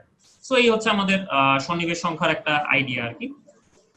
এখন আসি, এই যে আমাদের যে জটিল যৌগগুলো পাওয়া গেল, এই জটিল যৌগগুলোতে যে কেন্দ্রীয় পরমাণুর চারপাশে লিগ্যান্ড থাকে, এই লিগ্যান্ড গুলা যে কোনো জায়গাতে র্যান্ডমলি থাকে না, অর্থাৎ যে কোঅর্ডিনেশন স্ফিয়ারটা আছে, এই কোঅর্ডিনেশন স্ফিয়ারকে আমি যদি লিটারালি একটা গোলক হিসেবে চিন্তা করি, এটাকে একটা গোলক চিন্তা করো, এই গোলকের প্রত্যেকটা বিন্দুতে লিগ্যান্ড থাকতে পারে না, নির্দিষ্ট কিছু পয়েন্টে লিগ্যান্ড অবস্থান করে। সেই পয়েন্টগুলো কোথায় কোথায় হবে এটা নিয়ে আসলে আমাদের বর্তমান আলোচনা। তো আমরা প্রথমে যে থিওরিটি নিয়ে আলোচনা করব সেই থিওরিটাকে আমরা বলবো হচ্ছে যোজ্যতা বন্ধন তত্ত্ব বা ভিবিটি। সো এইটা হচ্ছে আমাদের প্রথম পার্ট আর কি, ভিবিটি, যোজ্যতা বন্ধন তত্ত্ব। সো এইখানে হচ্ছে আমরা দেখতেছি এখানে 6টা লিগ্যান্ড আছে, তারা হচ্ছে একটা অষ্টতলকে 6 কোণা বরাবর আছে। এখন এই অষ্টতলকে 6 কোণা বরাবর বলতে আসলে কি বুঝায় এটা আমরা এভাবে বলতে পারবো, যদি মনে করি যে আমরা এইটাকে বলতেছি হচ্ছে এক্স অক্ষ, এইটাকে বলতেছি হচ্ছে ওয়াই অক্ষ। আচ্ছা, আমি যদি ডান হাতি রুল চিন্তা করি তাহলে এটা এক্স অক্ষ হওয়া উচিত, এটা ওয়াই অক্ষ হওয়া উচিত, হ্যাঁ। আর এইটাকে আমরা বলতেছি হচ্ছে জেড অক্ষ। তাহলে দেখতে পারতেছি যে এখানে এক্স অক্ষের প্লাস এক্স, এটা যদি পজিটিভ দিক হয়, এটা যদি নেগেটিভ দিক হয়, তাহলে প্লাস এক্স আর মাইনাস এক্স বরাবর দুইটা লিগ্যান্ড আসতেছে, প্লাস ওয়াই আর মাইনাস ওয়াই বরাবর দুইটা লিগ্যান্ড আসতেছে, আর প্লাস জেড আর মাইনাস জেড বরাবর দুইটা লিগ্যান্ড আসতেছে। তো এই হচ্ছে আমাদের মোটামুটি এখানে লিগ্যান্ডের অ্যাপ্রোচ। তারপর নির্দিষ্ট জ্যামিতিক কাঠামো, এটাকে অষ্টতলকীয় কাঠামো বলা হয়। এইখানে খেয়াল করি, এটা যদি আমার কেন্দ্রীয় পরমাণু হয় তাহলে এখানে একটা চতুস্তলকে 4টা কোণা বরাবর 4টা লিগ্যান্ড আসতেছে, এখানে একটা বর্গক্ষেত্রে 4 কোণা বরাবর। অর্থাৎ যদি আমি এখানে অষ্টতলকের এই উপরের আর নিচের এটা বাদ দিয়ে দিই তাহলেই কিন্তু এটা চলে আসে। তো এখানে হচ্ছে এটা বর্গক্ষেত্রে 4 কোণা বরাবর 4টা লিগ্যান্ড আসতেছে। সন্নিবেশ সংখ্যা কোন ক্ষেত্রে কত? এই ক্ষেত্রে সন্নিবেশ সংখ্যা সরি, হ্যাঁ, এই ক্ষেত্রে সন্নিবেশ সংখ্যা 6, এই ক্ষেত্রে সন্নিবেশ সংখ্যা 4, এই ক্ষেত্রে সন্নিবেশ সংখ্যা 4। সো এইরকম কিছু কাহিনী আমরা এখানে দেখতেছি। সো এখানে আমরা দুই ধরনের সন্নিবেশ সংখ্যা নিয়ে যেহেতু পড়বো, সো আমরা এখানে দুই ধরনের কাহিনী লিখে দিছি। আমরা ভিবিটি পড়তেছি, আমরা একটু পরে সংকরায়ন বর্ণনা করব, কিন্তু এই চারটা তোমাদের জন্য ভয়ঙ্কর জরুরি ফর অ্যাডমিশন টেস্ট। এই চারটা তোমরা যদি মাথায় রাখো তাহলে তোমাদের এই জটিল যুগের সংকরণ বের করতে কোনো ঝামেলা হবে না, মানে যেগুলো আমাদের আসে আর কি। তো এখানে খেয়াল করো, এখানে আমরা দুইটা ভাগে জিনিসটা ভাগ করছি। যেমন সন্নিবেশ সংখ্যা 4 এর আন্ডারে আমরা দুই ধরনের সংকরায়ন বলছি, sp3 আর dsp2। একটা আকৃতি আমরা বলতেছি চতুস্তলকীয়, একটা আকৃতি আমরা বলতেছি হচ্ছে বর্গাকার সমতলীয়। সো চতুস্তলকীয় কখন হয়, বর্গাকার সমতলীয় কখন হয়, সো এটা একটু মাথায় রাখবা। যখন আমাদের লিগ্যান্ড হয় হচ্ছে উইক তখন হচ্ছে sp3 হয়, যখন আমাদের লিগ্যান্ড হয় স্ট্রং তখন হচ্ছে আমাদের এই dsp2 হয়। এটাও সেম, যখন আমাদের লিগ্যান্ড হয় হচ্ছে উইক তখন sp3d2 হয়, যখন লিগ্যান্ড হয় স্ট্রং তখন হয় হচ্ছে sp3d2। সো এটা হচ্ছে অষ্টতলকীয় কাহিনী। সো এটা একটু জাস্ট মাথায় রাখো, আমরা একটু পরে এখানে ফেরত আসবো। আচ্ছা, সো এখানে আমরা সেই জিনিসটা বর্ণনা করি। সো এখানে খেয়াল করো, আমরা এখানে একটা সাধারণ জটিল যৌগের সংকেত লিখছি। এখানে হচ্ছে আয়রন 2 আছে, আয়রন 2 এর হচ্ছে 3d6 কনফিগারেশন, আর এখানে হচ্ছে নিকেল 2 আছে, নিকেল 2 এর হচ্ছে 3d8 কনফিগারেশন, রাইট?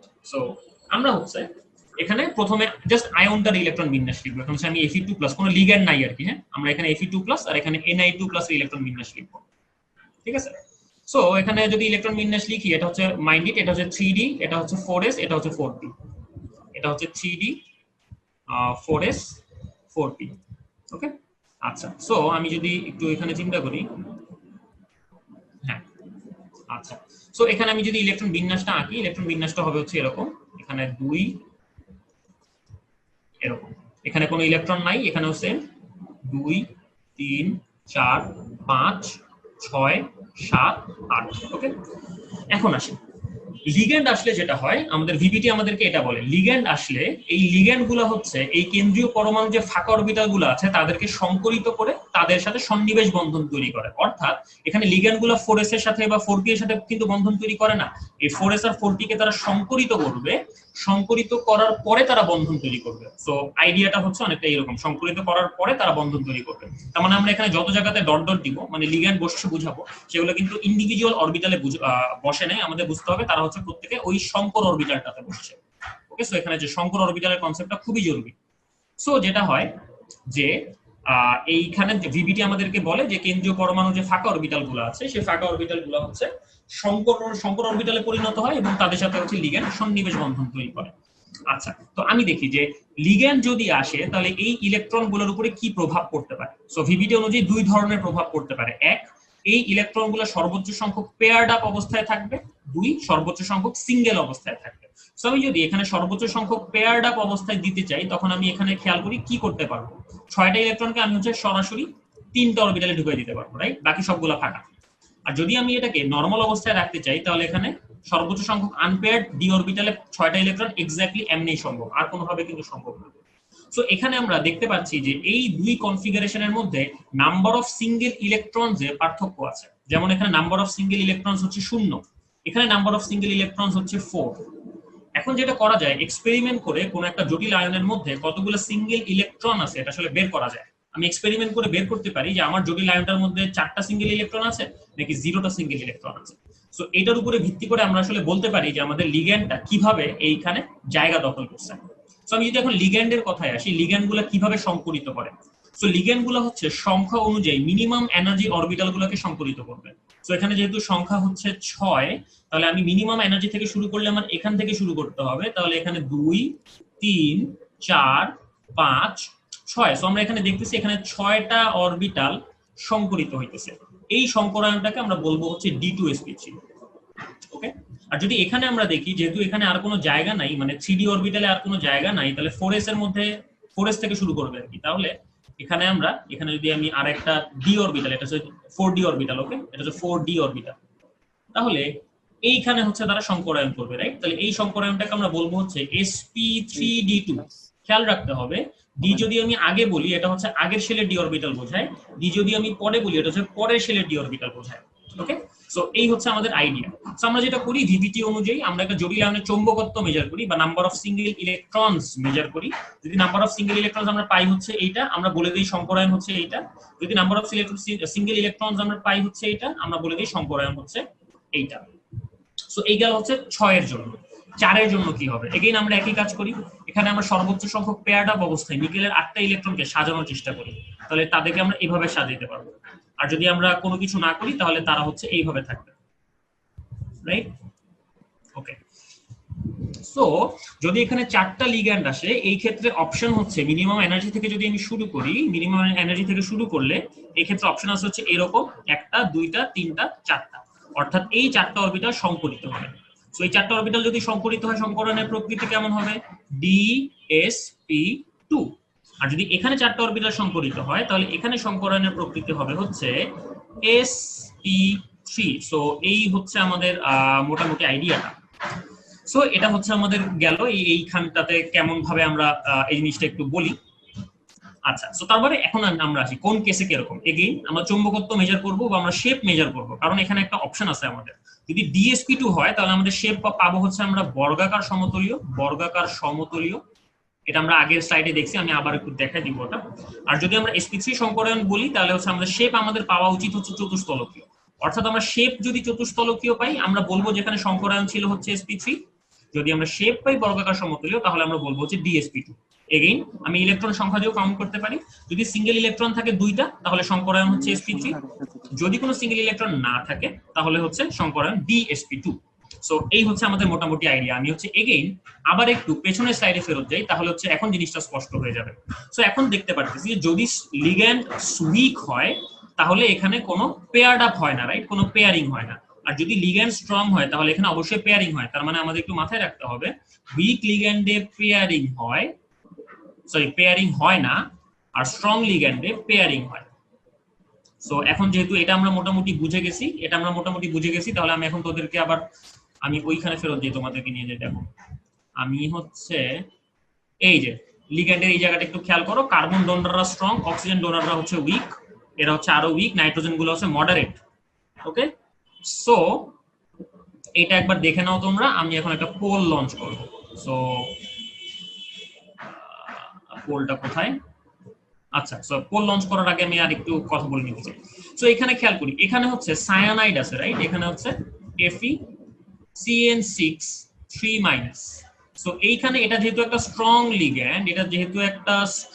লিগ্যান্ড, তাহলে এখানে সংকরায়ন হবে হচ্ছে D2sp3।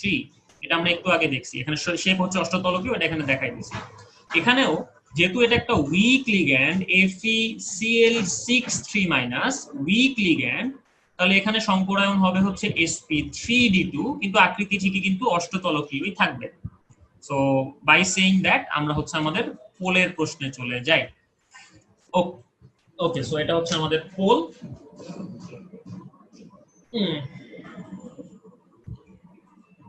অমিত ভাই 10 সেকেন্ড পরে ইয়ে করে দিন। হ্যাঁ আরমান ভাই, হ্যাঁ ভাই বলেন। ওই যে পোলটা যখন ইন করে দিয়ে রেজাল্টটা শেয়ার করব তখন একটু ওদেরকে রেজাল্টটা বুঝাই দিয়ে না কিভাবে ও আচ্ছা, ওকে। শুভ বা রূপম হ্যাঁ শাফিন। জি ভাই। প্রশ্ন তোরা কি হচ্ছে মানে ফিল্ডটা নিতে চাস একটু, মানে প্রশ্নগুলো যেগুলো আসতেছে ওগুলো অ্যান্সার করার জন্য? হ্যাঁ এগুলো তো আমরা করতে চেষ্টা করতেছি। আর মানে তোরা কথা বলে অ্যান্সার করবি? না না, ওকে আমরা ওই যে বেশিরভাগ জিনিসই এখানে লিখে করা সেগুলো যায়? ভাই লিখে দুই করা একটা যাচ্ছে। মেবি একটু বলা লাগবে আর কি। একটা আচ্ছা হচ্ছে তাহলে এদের হচ্ছে এরপরে তুই কেন্দ্রীয়, আচ্ছা এরপরে তো তুই ফ্লোরটা নিয়ে নিস, তুই হচ্ছে তাহলে উত্তরগুলো দে, তারপরে আমি আবার শুরু করতে। এই একটা হচ্ছে জাস্ট কেন্দ্রীয় মৌল চেনার উপায় কি, একদম সহজ ওয়ে বলতেছি, মানে থিওরি তো ভাইয়া বললেন, একদম সহজ ওয়ে বলতেছি যে কেন্দ্রীয় মৌল নরমালি দেখবা যে বেশিরভাগ ক্ষেত্রে মেটাল হবে, আর যেটা একটাই থাকবে ওইটাই বেশিরভাগ ক্ষেত্রে। তো এইটা একটু মাথায় রাখো তাইলেই হবে। আর আচ্ছা আরেকটা আরেকটা জিনিস, উপায় আছে এখানে, হ্যাঁ, যদি ভাই এই থার্ড ব্র্যাকেটে মানে জটিল যোগের সংকেত লেখা থাকে তাহলে থার্ড ব্র্যাকেটের ভিতরে যে মৌলটা আছে ওটা কেন্দ্রীয় মৌল। আর যে হচ্ছে তার যোজনী মানবে না, মানে যার যোজনী তুমি এতদিন যেটা জেনে আসছো ওইটা যখন মানবে না দেখবা ওইটাই হচ্ছে কেন্দ্রীয় মৌল, এটা ধরে নিতে পারো জটিল যৌগের ক্ষেত্রে। আর আর একটা জিনিস হচ্ছে ভাই সন্নিবেশ সংখ্যাটা হচ্ছে একটু ওদের বুঝাই দিতে হবে। এখন ওইটা হচ্ছে কি মুখে বলবো নাকি হচ্ছে না ওটা তো পরবর্তী লেকচারেই থাকবে, আসলে আসলে তুই সেইটাই আর বুঝে কি, দেখ। মানে ওরা হচ্ছে এই যে সন্নিবেশ সংখ্যা নিয়ে প্রচুর কোশ্চেন করতেছে।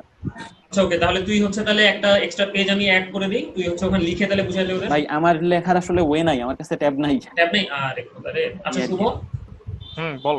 তাহলে সন্নিবেশ বন্ধনটা ভাই বুঝে দিবি? সন্নিবেশ সংখ্যা মানে সন্নিবেশ সংখ্যা আর কি, এখন ওইটা যদি নেক্সট ক্লাসে নেক্সট লেকচারে থাকে তাইলে তো নেক্সট হ্যাঁ লেকচারেই বোঝানো হবে, এখন তো আচ্ছা ঠিক দরকার আছে, নেই তাইলে আর কি। তাহলে তো নেক্সট লেকচারেই থাকবে, তাহলে ওটা পেয়ে গেল। আচ্ছা আমাদের পোল শেষ। সন্নিবেশ সংখ্যা আল্লাহ, ওইটা তো এখানে যে তোমরা 50-50 হয়ে গেছো কেন বাবারা? আরে আশ্চর্য কথা। আচ্ছা যদিও ভাই ভাই মেজরিটি সঠিক ভাই অ্যান্সার দিছে। হ্যাঁ বল। আর একটা জিনিস একটু মানে হ্যাঁ ওই পোলের আগে আর একটা কোশ্চেন হচ্ছে, ওরা এই যে ভিবিটি নিয়ে কোশ্চেন করতেছে, হ্যাঁ ভ্যালেন্স বন্ড থিওরি। তো হ্যাঁ ভ্যালেন্স বন্ড থিওরিটা হচ্ছে মানে ভাই আমি হচ্ছে একদম সিম্পলি বললাম যে ভ্যালেন্স বন্ড থিওরি বুঝিনি এতদিন ব্যালেন্স বন্ড থিওরি কি? মানে আমি হচ্ছে একটু সিম্পলি একটু বলে দেই ভাই, মানে একদম হ্যাঁ বল সিম্পলে ওদের জন্য বল। আর কি। তো একদম সিম্পলে হচ্ছে যে ভ্যালেন্স বন্ড থিওরি এতদিন তোমরা যেটা পড়ে আসছো এটাই ভ্যালেন্স বন্ড থিওরি, যে একদম বাইরের শেলের ইলেকট্রন গুলা বন্ড ফর্ম করবে, এইটাই হচ্ছে ভ্যালেন্স বন্ড থিওরি। এর বাইরে আসলে নতুন কিছু নাই, তোমরা এতদিন যে ধরনের বন্ড পড়ছো এটা ভ্যালেন্স বন্ড থিওরি পড়ছো। ওকে আচ্ছা শেষ। আচ্ছা ভাই আমাদের আর তেমন কোনো হুম, কমন কোশ্চেন নাই আর কি। আচ্ছা ওকে, মানে তোর কি এমন কোনো প্রশ্ন পাচ্ছিস যেটা কমন না কিন্তু খুবই ইন্টারেস্টিং বা মানে অ্যান্সার ওয়ার্দি? একটা জটিল যোগের নাম চাইছে আর কি, ওই যে না না না, এটা এটা এটা এটা না, এটা না। এটা দরকার নেই অবশ্য ওদের, হ্যাঁ মানে ইন্টারেস্ট জটিল সিলেবাসে যোগের নাই। নাম, নাম তো হচ্ছে নামই, মানে নাম তো যে কোনো জায়গায় মানে কোনো কনসেপচুয়াল কোনো প্রশ্ন প্রশ্ন এরকম। ওই যে আরেকটা কোশ্চেন ছিল যে কপার 3+ কখন কখন এটা তো হবে। অ্যান্সার দিছি আমি। এটা আবার কোশ্চেন করছে। আচ্ছা এটা এটা হচ্ছে যখন মানে হাইলি এক্সাইটিং মিডিয়া থাকে আর কি, মানে হাই টেম্পারেচারে কোনো একটা সিস্টেম কাজ করতেছে এবং ওই কপার 3+ কে স্টেবল করার মতো যথেষ্ট ভালো একটা দ্রাবক আছে, তখনই কাজ করবে, আর না হলে কাজ করবে না। আচ্ছা তাহলে আমরা এখানে পোলের অ্যান্সারে আসি এখন। তাই এখানে আমরা 50-50 তে ভাগ হয়ে গেছি অলমোস্ট। এটা তো এটা কেমন হইলো বাবারা? তোমরা দেখো এখানে এই সায়ানাইডের একটা স্ট্রং লিগ্যান্ড, রাইট? সায়ানাইড একটা স্ট্রং লিগ্যান্ড। তো যেহেতু সায়ানাইড একটা স্ট্রং লিগ্যান্ড, তাহলে স্ট্রং লিগ্যান্ড হলে কি হবে? চারটা সন্নিবেশ সংখ্যা হইলে DsP2, রাইট? সো DsP2 হইলে আকৃতি হবে হচ্ছে সমতলীয় বর্গাকার বা বর্গাকার সমতলীয়। মেজরিটি মানে 56% হচ্ছে সঠিক উত্তর দিছে, কিন্তু আমি এটা এক্সপেক্ট করছিলাম এটা 80-20 হওয়া উচিত। সো আমরা হচ্ছে যাক, আমরা পরবর্তী পোলে হচ্ছে আবার এগুলো নিয়ে ডিসকাস করবো। ওকে, চৌম্বকীয় ধর্ম যেটা নিয়ে এতক্ষণ ধরে আমরা কথা বলতেছিলাম। সো এখানে দেখো ভাই আমরা 3টা চৌম্বকীয় ধর্ম লিখে রাখছি। যদিও চৌম্বকীয় ধর্মকে যদি আমি এই যে ফেরোম্যাগনেটিকের উপরে ভিত্তি করে আবার ভাগ করতে যাই, মানে যদি এখানে ফেরোম্যাগনেটিক আনি তাহলে আমাকে এখানে আরো অনেক কিছু আনা উচিত, যেমন ফেরিম্যাগনেটিজম আছে, অ্যান্টি ফেরোম্যাগনেটিজম আছে, অ্যান্টি ফেরিম্যাগনেটিজম আছে, সুপার প্যারাম্যাগনেটিজম আছে, এরকম অনেক টাইপের চৌম্বকত্ব আছে। কিন্তু মূলত চৌম্বকত্ব হচ্ছে দুই প্রকার। আমরা হচ্ছে এটাকে একটু বোঝার চেষ্টা করি চৌম্বকত্ব বলতে আসলে কি বোঝায়।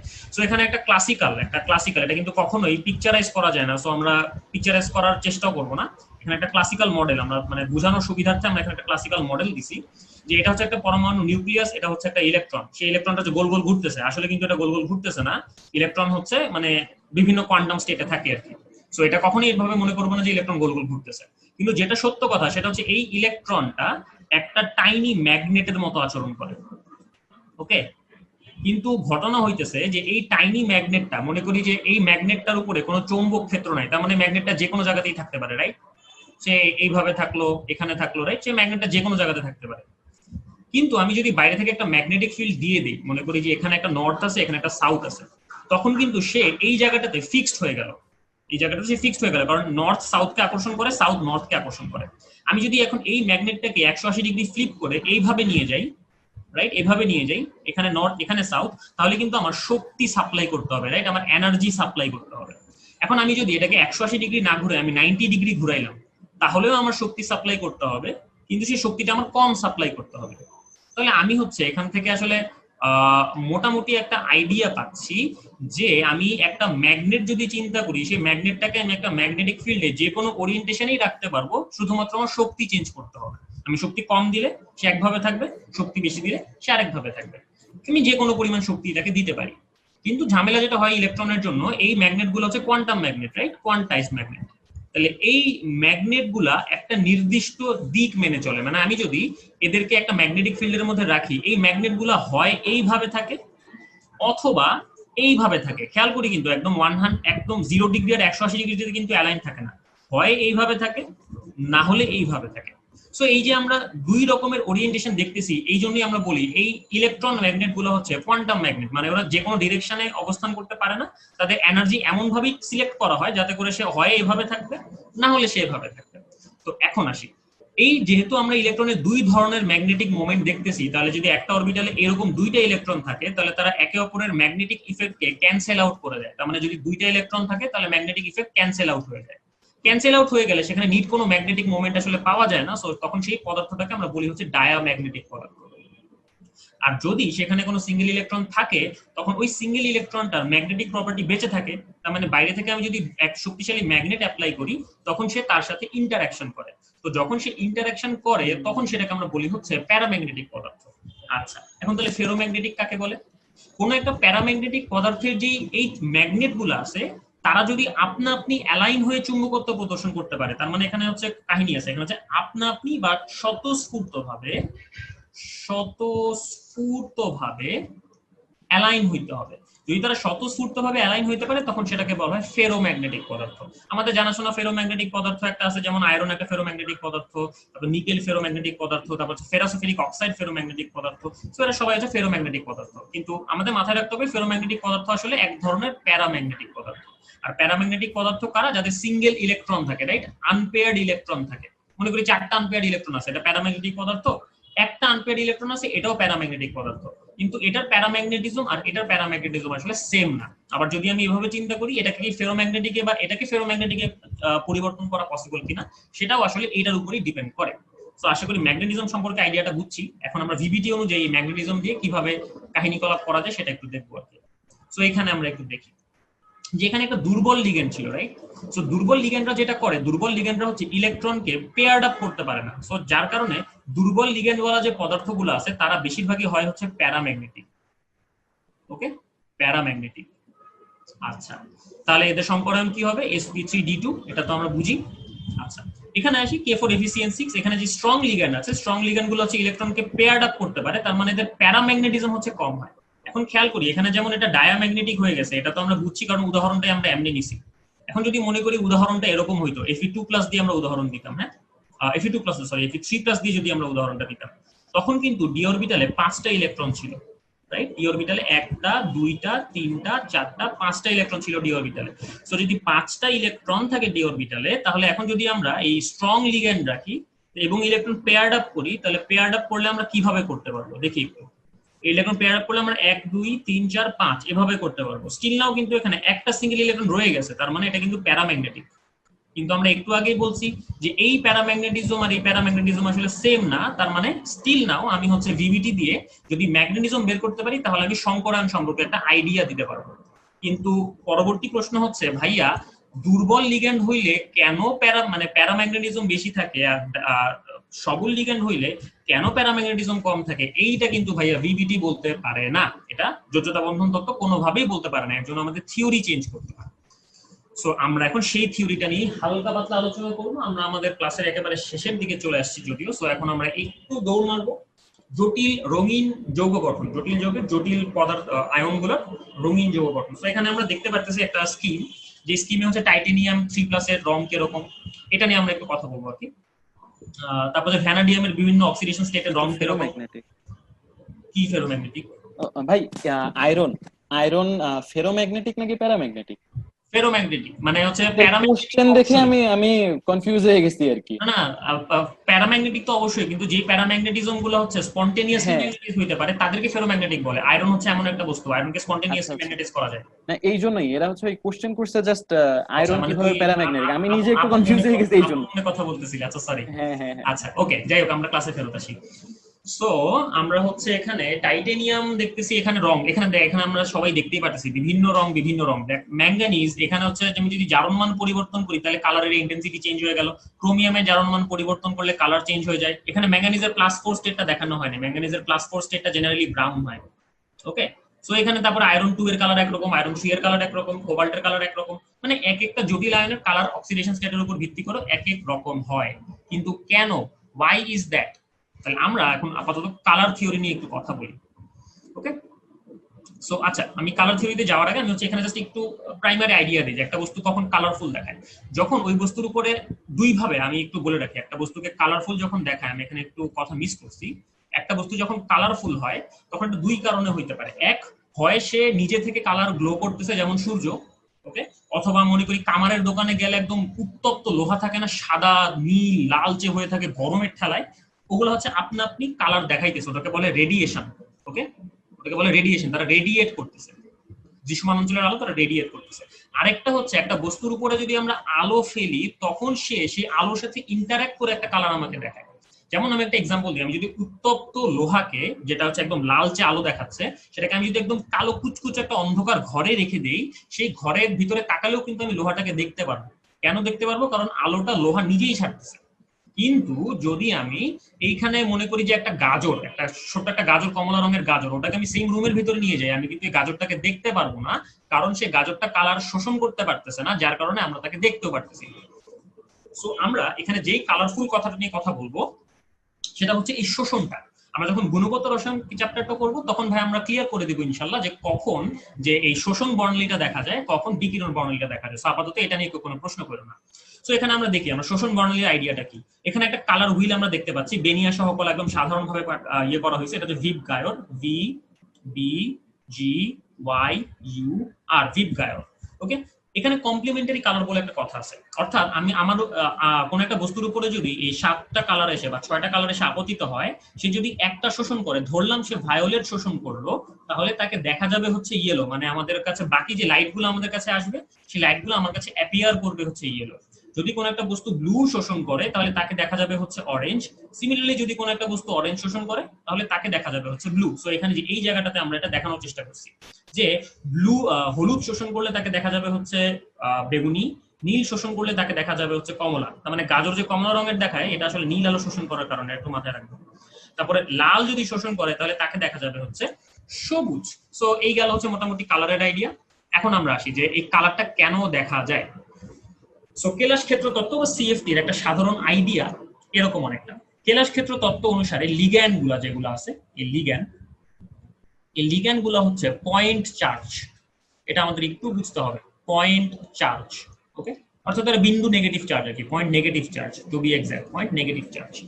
এখন যেহেতু কেন্দ্রীয় পরমাণুগুলো হচ্ছে জেনারেলি ধনাত্মক আধানে আহিত হয়, অর্থাৎ কেন্দ্রীয় পরমাণুকে যদি আমি একটা এম দিয়ে বুঝাই তাহলে এই এম এটা মনে করি পজিটিভলি চার্জড, তাহলে এটার চারপাশে লিগ্যান্ডগুলা এই ইলেকট্রোস্ট্যাটিক অ্যাট্রাকশন বা স্থির তড়িৎ আকর্ষণ বলের কারণে লিগ্যান্ডগুলা চারপাশে চলে আসে, অর্থাৎ এর চারপাশে বিভিন্ন সংখ্যক লিগ্যান্ড আসতেছে। এখন এখানে কতগুলা লিগ্যান্ড আসবে আর কোন দিক থেকে লিগ্যান্ড আসবে এটা ডিপেন্ড করে যে কেন্দ্রীয় পরমাণুটা যে আছে তার চার্জ কত, তার সাইজ কেমন তার উপরে। অর্থাৎ এই কেন্দ্রীয় পরমাণুর সাইজ যত বড় হবে তত বেশি লিগ্যান্ড আসতে পারবে, এই কেন্দ্রীয় পরমাণুর সাইজ যত ছোট হবে তত কম লিগ্যান্ড আসতে পারবে, কেন্দ্রীয় পরমাণুর চার্জ যত বেশি হবে তত বেশি লিগ্যান্ড আসতে পারবে, চার্জ যত কম হবে তত কম লিগ্যান্ড আসতে পারবে। সোজা বাংলায় এই দুইটার মধ্যে আকর্ষণের ক্ষেত্রটা যত স্ট্রং হবে তত বেশি লিগ্যান্ড এখানে আসতে পারবে। এখন এই যে এই চারপাশে যে লিগ্যান্ড আসতেছে এরা আসলে যে কোনো দিক বরাবর আসতে পারে না, তারা নির্দিষ্ট কিছু জ্যামিতিক শেপ বরাবর আসে। যেমন আমি যদি বলি যে সিলভার প্লাস যদি আমি চিন্তা করি, এই সিলভার প্লাসের চারপাশে যখন লিগ্যান্ড আসে সে তখন একটা সরল রেখার দুইটা প্রান্ত বরাবর আসে। সিমিলারলি যদি আমি এখানে ফর এক্সাম্পল আমি এখানে কপার চিন্তা করি, কপারের চারপাশে যে আসলে 6টা লিগ্যান্ড আসে কিন্তু আমরা 4টা লিগ্যান্ড নিয়ে কথা বলবো। কপারের চারপাশে যদি 4টা লিগ্যান্ড আসে তাহলে সেটা হচ্ছে একটা বর্গক্ষেত্রের 4 কোণা বরাবর আসে। আবার যদি আমি এভাবে চিন্তা করি যে ধরলাম এই নিকেলের চারপাশে যদি লিগ্যান্ড আসে তাহলে সে একটা চতুস্তলকের 4 কোণা বরাবর আসতে পারে। ওকে, একটা চতুস্তলকের 4 কোণা বরাবর আসতে পারে। সো এটা হচ্ছে নিকেলের কাহিনী। তার মানে দেখা যাচ্ছে যে কেলাস ক্ষেত্র তত্ত্ব আমাদেরকে কি বলতে চায়। কেলাস ক্ষেত্র তত্ত্ব আমাদেরকে বলে যে একটা কেন্দ্রীয় পরমাণু হচ্ছে ধনাত্মক আধানে আহিত, এটার চারপাশে যখন লিগ্যান্ড আসতেছে সেই লিগ্যান্ড গুলো হচ্ছে স্থির তড়িৎ আকর্ষণ বলের কারণে আসতেছে। আর এই কেন্দ্রীয় পরমাণুর চার্জ এবং সাইজের উপর ডিপেন্ড করে এই লিগ্যান্ড গুলো কতগুলো আসবে সেটা ডিপেন্ড করে। তাহলে এই যে লিগ্যান্ড গুলো নির্দিষ্ট জ্যামিতিক আকৃতি মেনে যে আসতেছে, এই নির্দিষ্ট জ্যামিতিক আকৃতিটাকে বলা হয় একটা কেলাস ক্ষেত্র। তো এই জন্যই নামটা আসছে আসলে কেলাস ক্ষেত্র তত্ত্ব, এগুলোকে বলা হয় হচ্ছে কেলাস ক্ষেত্র। তাহলে আমরা এই কেলাস ক্ষেত্রে একটু আইডিয়াটা বর্ণনা করি যে কি কত রকমের কেলাস ক্ষেত্র হইতে পারে। সো আমরা এখানে সন্নিবেশ সংখ্যা আর কেলাস ক্ষেত্র বা ক্রিস্টাল ফিল্ড এটার একটা আমি টেবিল তৈরি করি। যদি সন্নিবেশ সংখ্যা 2 হয় তাহলে কেলাস ক্ষেত্র যেটা সেটাকে আমরা বলি হচ্ছে সরল রৈখিক কেলাস ক্ষেত্র। ওকে, সরল রৈখিক কেলাস ক্ষেত্র। যদি 4 হয় তাহলে 2 ধরনের কেলাস ক্ষেত্র পাওয়া যায়, একটা হচ্ছে চতুস্তলকীয় কেলাস ক্ষেত্র, একটা হচ্ছে চতুস্তলকীয় কেলাস ক্ষেত্র, চতুস্তলকীয়, আর আরেকটা হচ্ছে বর্গাকার সমতলীয়, বর্গাকার সমতলীয়। ওকে, আর আরেকটা হচ্ছে 6, এটাকে বলা হচ্ছে অষ্টতলকীয়। ওকে, সো এরকম এই কয়েক ধরনের কেলাস ক্ষেত্র আছে আর কি। সো আমরা যে কেলাস ক্ষেত্র নিয়ে পড়াশোনা করব সেটা সবচেয়ে সহজ কেলাস ক্ষেত্র। এখন যদি তোমরা মনে করো যে 2 হচ্ছে সবচেয়ে সহজ, অ্যানসার ইজ অ্যাবসলিউটলি রং। 6 হচ্ছে সবচেয়ে সহজ কেলাস ক্ষেত্র, believe me or not. So আমরা হচ্ছে 6 নম্বর 6 সন্নিবেশ সংখ্যা বিশিষ্ট কেলাস ক্ষেত্র নিয়ে আমরা কথা বলবো, অর্থাৎ অষ্টতলকীয় কেলাস ক্ষেত্র নিয়ে আমরা কথা বলবো। তাহলে আমি যদি এটা একটু ইরেজ করে দিই পুরো জিনিসটা, এখন এখানে আমরা সেই জিনিসটা বর্ণনা করতে পারি। সো এখন আমরা এখানে কিছু অক্ষ ডিফাইন করি। আমরা হচ্ছে এখানে হচ্ছে একটা এক্স ওয়াই জেড অক্ষ ডিফাইন করতেছি। তাহলে এক্স ওয়াই জেড অক্ষ, এখানে আমরা একটা কেন্দ্রীয় পরমাণু ডি অরবিটাল গুলোকে আঁকার চেষ্টা করব। ওকে, সো এখানে মনে করি আমরা যে ডি এক্স ওয়াই অরবিটাল আঁকবো। ডি এক্স ওয়াই অরবিটাল হচ্ছে এক্স আর ওয়াই অক্ষের মাঝ বরাবর বিস্তৃত, অর্থাৎ এই সমতলটাতে, এই যে সমতলটা আছে এই সমতলে বিস্তৃত, অর্থাৎ এটা হচ্ছে ডি এক্স ওয়াই অরবিটাল। আচ্ছা, আমি এখানে আরো একটা অরবিটাল আঁকি। আমি এখানে হচ্ছে ডি ওয়াই জেড অরবিটাল আঁকি, হচ্ছে d x y, d y z. D y z orbital হচ্ছে ওয়াই আর জেড অক্ষ বরাবর বিস্তৃত, রাইট? ওয়াই আর জেড, এই যে ওয়াই অক্ষ আর জেড অক্ষ এদের মাঝ বরাবর বিস্তৃত, অর্থাৎ আমি এখানে এইরকম একটা অরবিটাল দিব, রাইট? এই যে এইরকম, অর্থাৎ এটা হচ্ছে ওয়াই আর জেড অক্ষ বরাবর বিস্তৃত। সো এটা হচ্ছে আমাদের একটু মাথায় রাখতে হবে। আচ্ছা, তারপর এটা হচ্ছে ডি জেড এক্স, তারপর হচ্ছে D Z X, D Z X. Okay, D Z X হচ্ছে তার মানে কি জেড এবং এক্স অক্ষ বরাবর বিস্তৃত, রাইট? তার মানে এটা ঠিক পারপেন্ডিকুলার বা লম্ব। সো সেটা কিরকম হবে? সেটা হবে হচ্ছে যে ডি জেড এক্স। সো একটু খেয়াল রাখতে হবে যে এখানে আমরা যে অরবিটাল গুলো বলতেছি না কেন, এই অরবিটাল গুলো কিন্তু সরাসরি অক্ষ বরাবর ওরিয়েন্টেড নাই, দুই অক্ষের মাঝ বরাবর ওরিয়েন্টেড, অর্থাৎ দুই অক্ষের সাথে 45 ডিগ্রি অ্যাঙ্গেল তৈরি করে, এই 45 ডিগ্রি অ্যাঙ্গেল তৈরি করে তারা হচ্ছে ওরিয়েন্টেড। আরো দুইটা ডি অরবিটাল আছে, d x square minus y square এবং ডি জেড স্কয়ার। যদি আমি সেই অরবিটাল গুলোকে একটু বর্ণনা করার চেষ্টা করি, তাহলে এটা হচ্ছে d x square minus y square হবে, এক্স ওয়াই জেড অক্ষ, d x square minus d y minus y square. এটা হবে হচ্ছে এরকম এক্স আর ওয়াই অক্ষ বরাবর বিস্তৃত। ওকে, এই যে এক্স অক্ষ বরাবর, এই যে ওয়াই অক্ষ বরাবর, ঠিক আছে? সো এটা হচ্ছে এক্স আর ওয়াই অক্ষ বরাবর বিস্তৃত। তারপরে আমি যদি এখানে লাস্ট ওয়ানটা আঁকতে চাই, ডি জেড স্কয়ার, এটা হচ্ছে জেড অক্ষ বরাবর বিস্তৃত, অর্থাৎ এক্স ওয়াই জেড, এটা হচ্ছে ডি জেড স্কয়ার। ওকে, মাঝখানে একটা রিং আছে।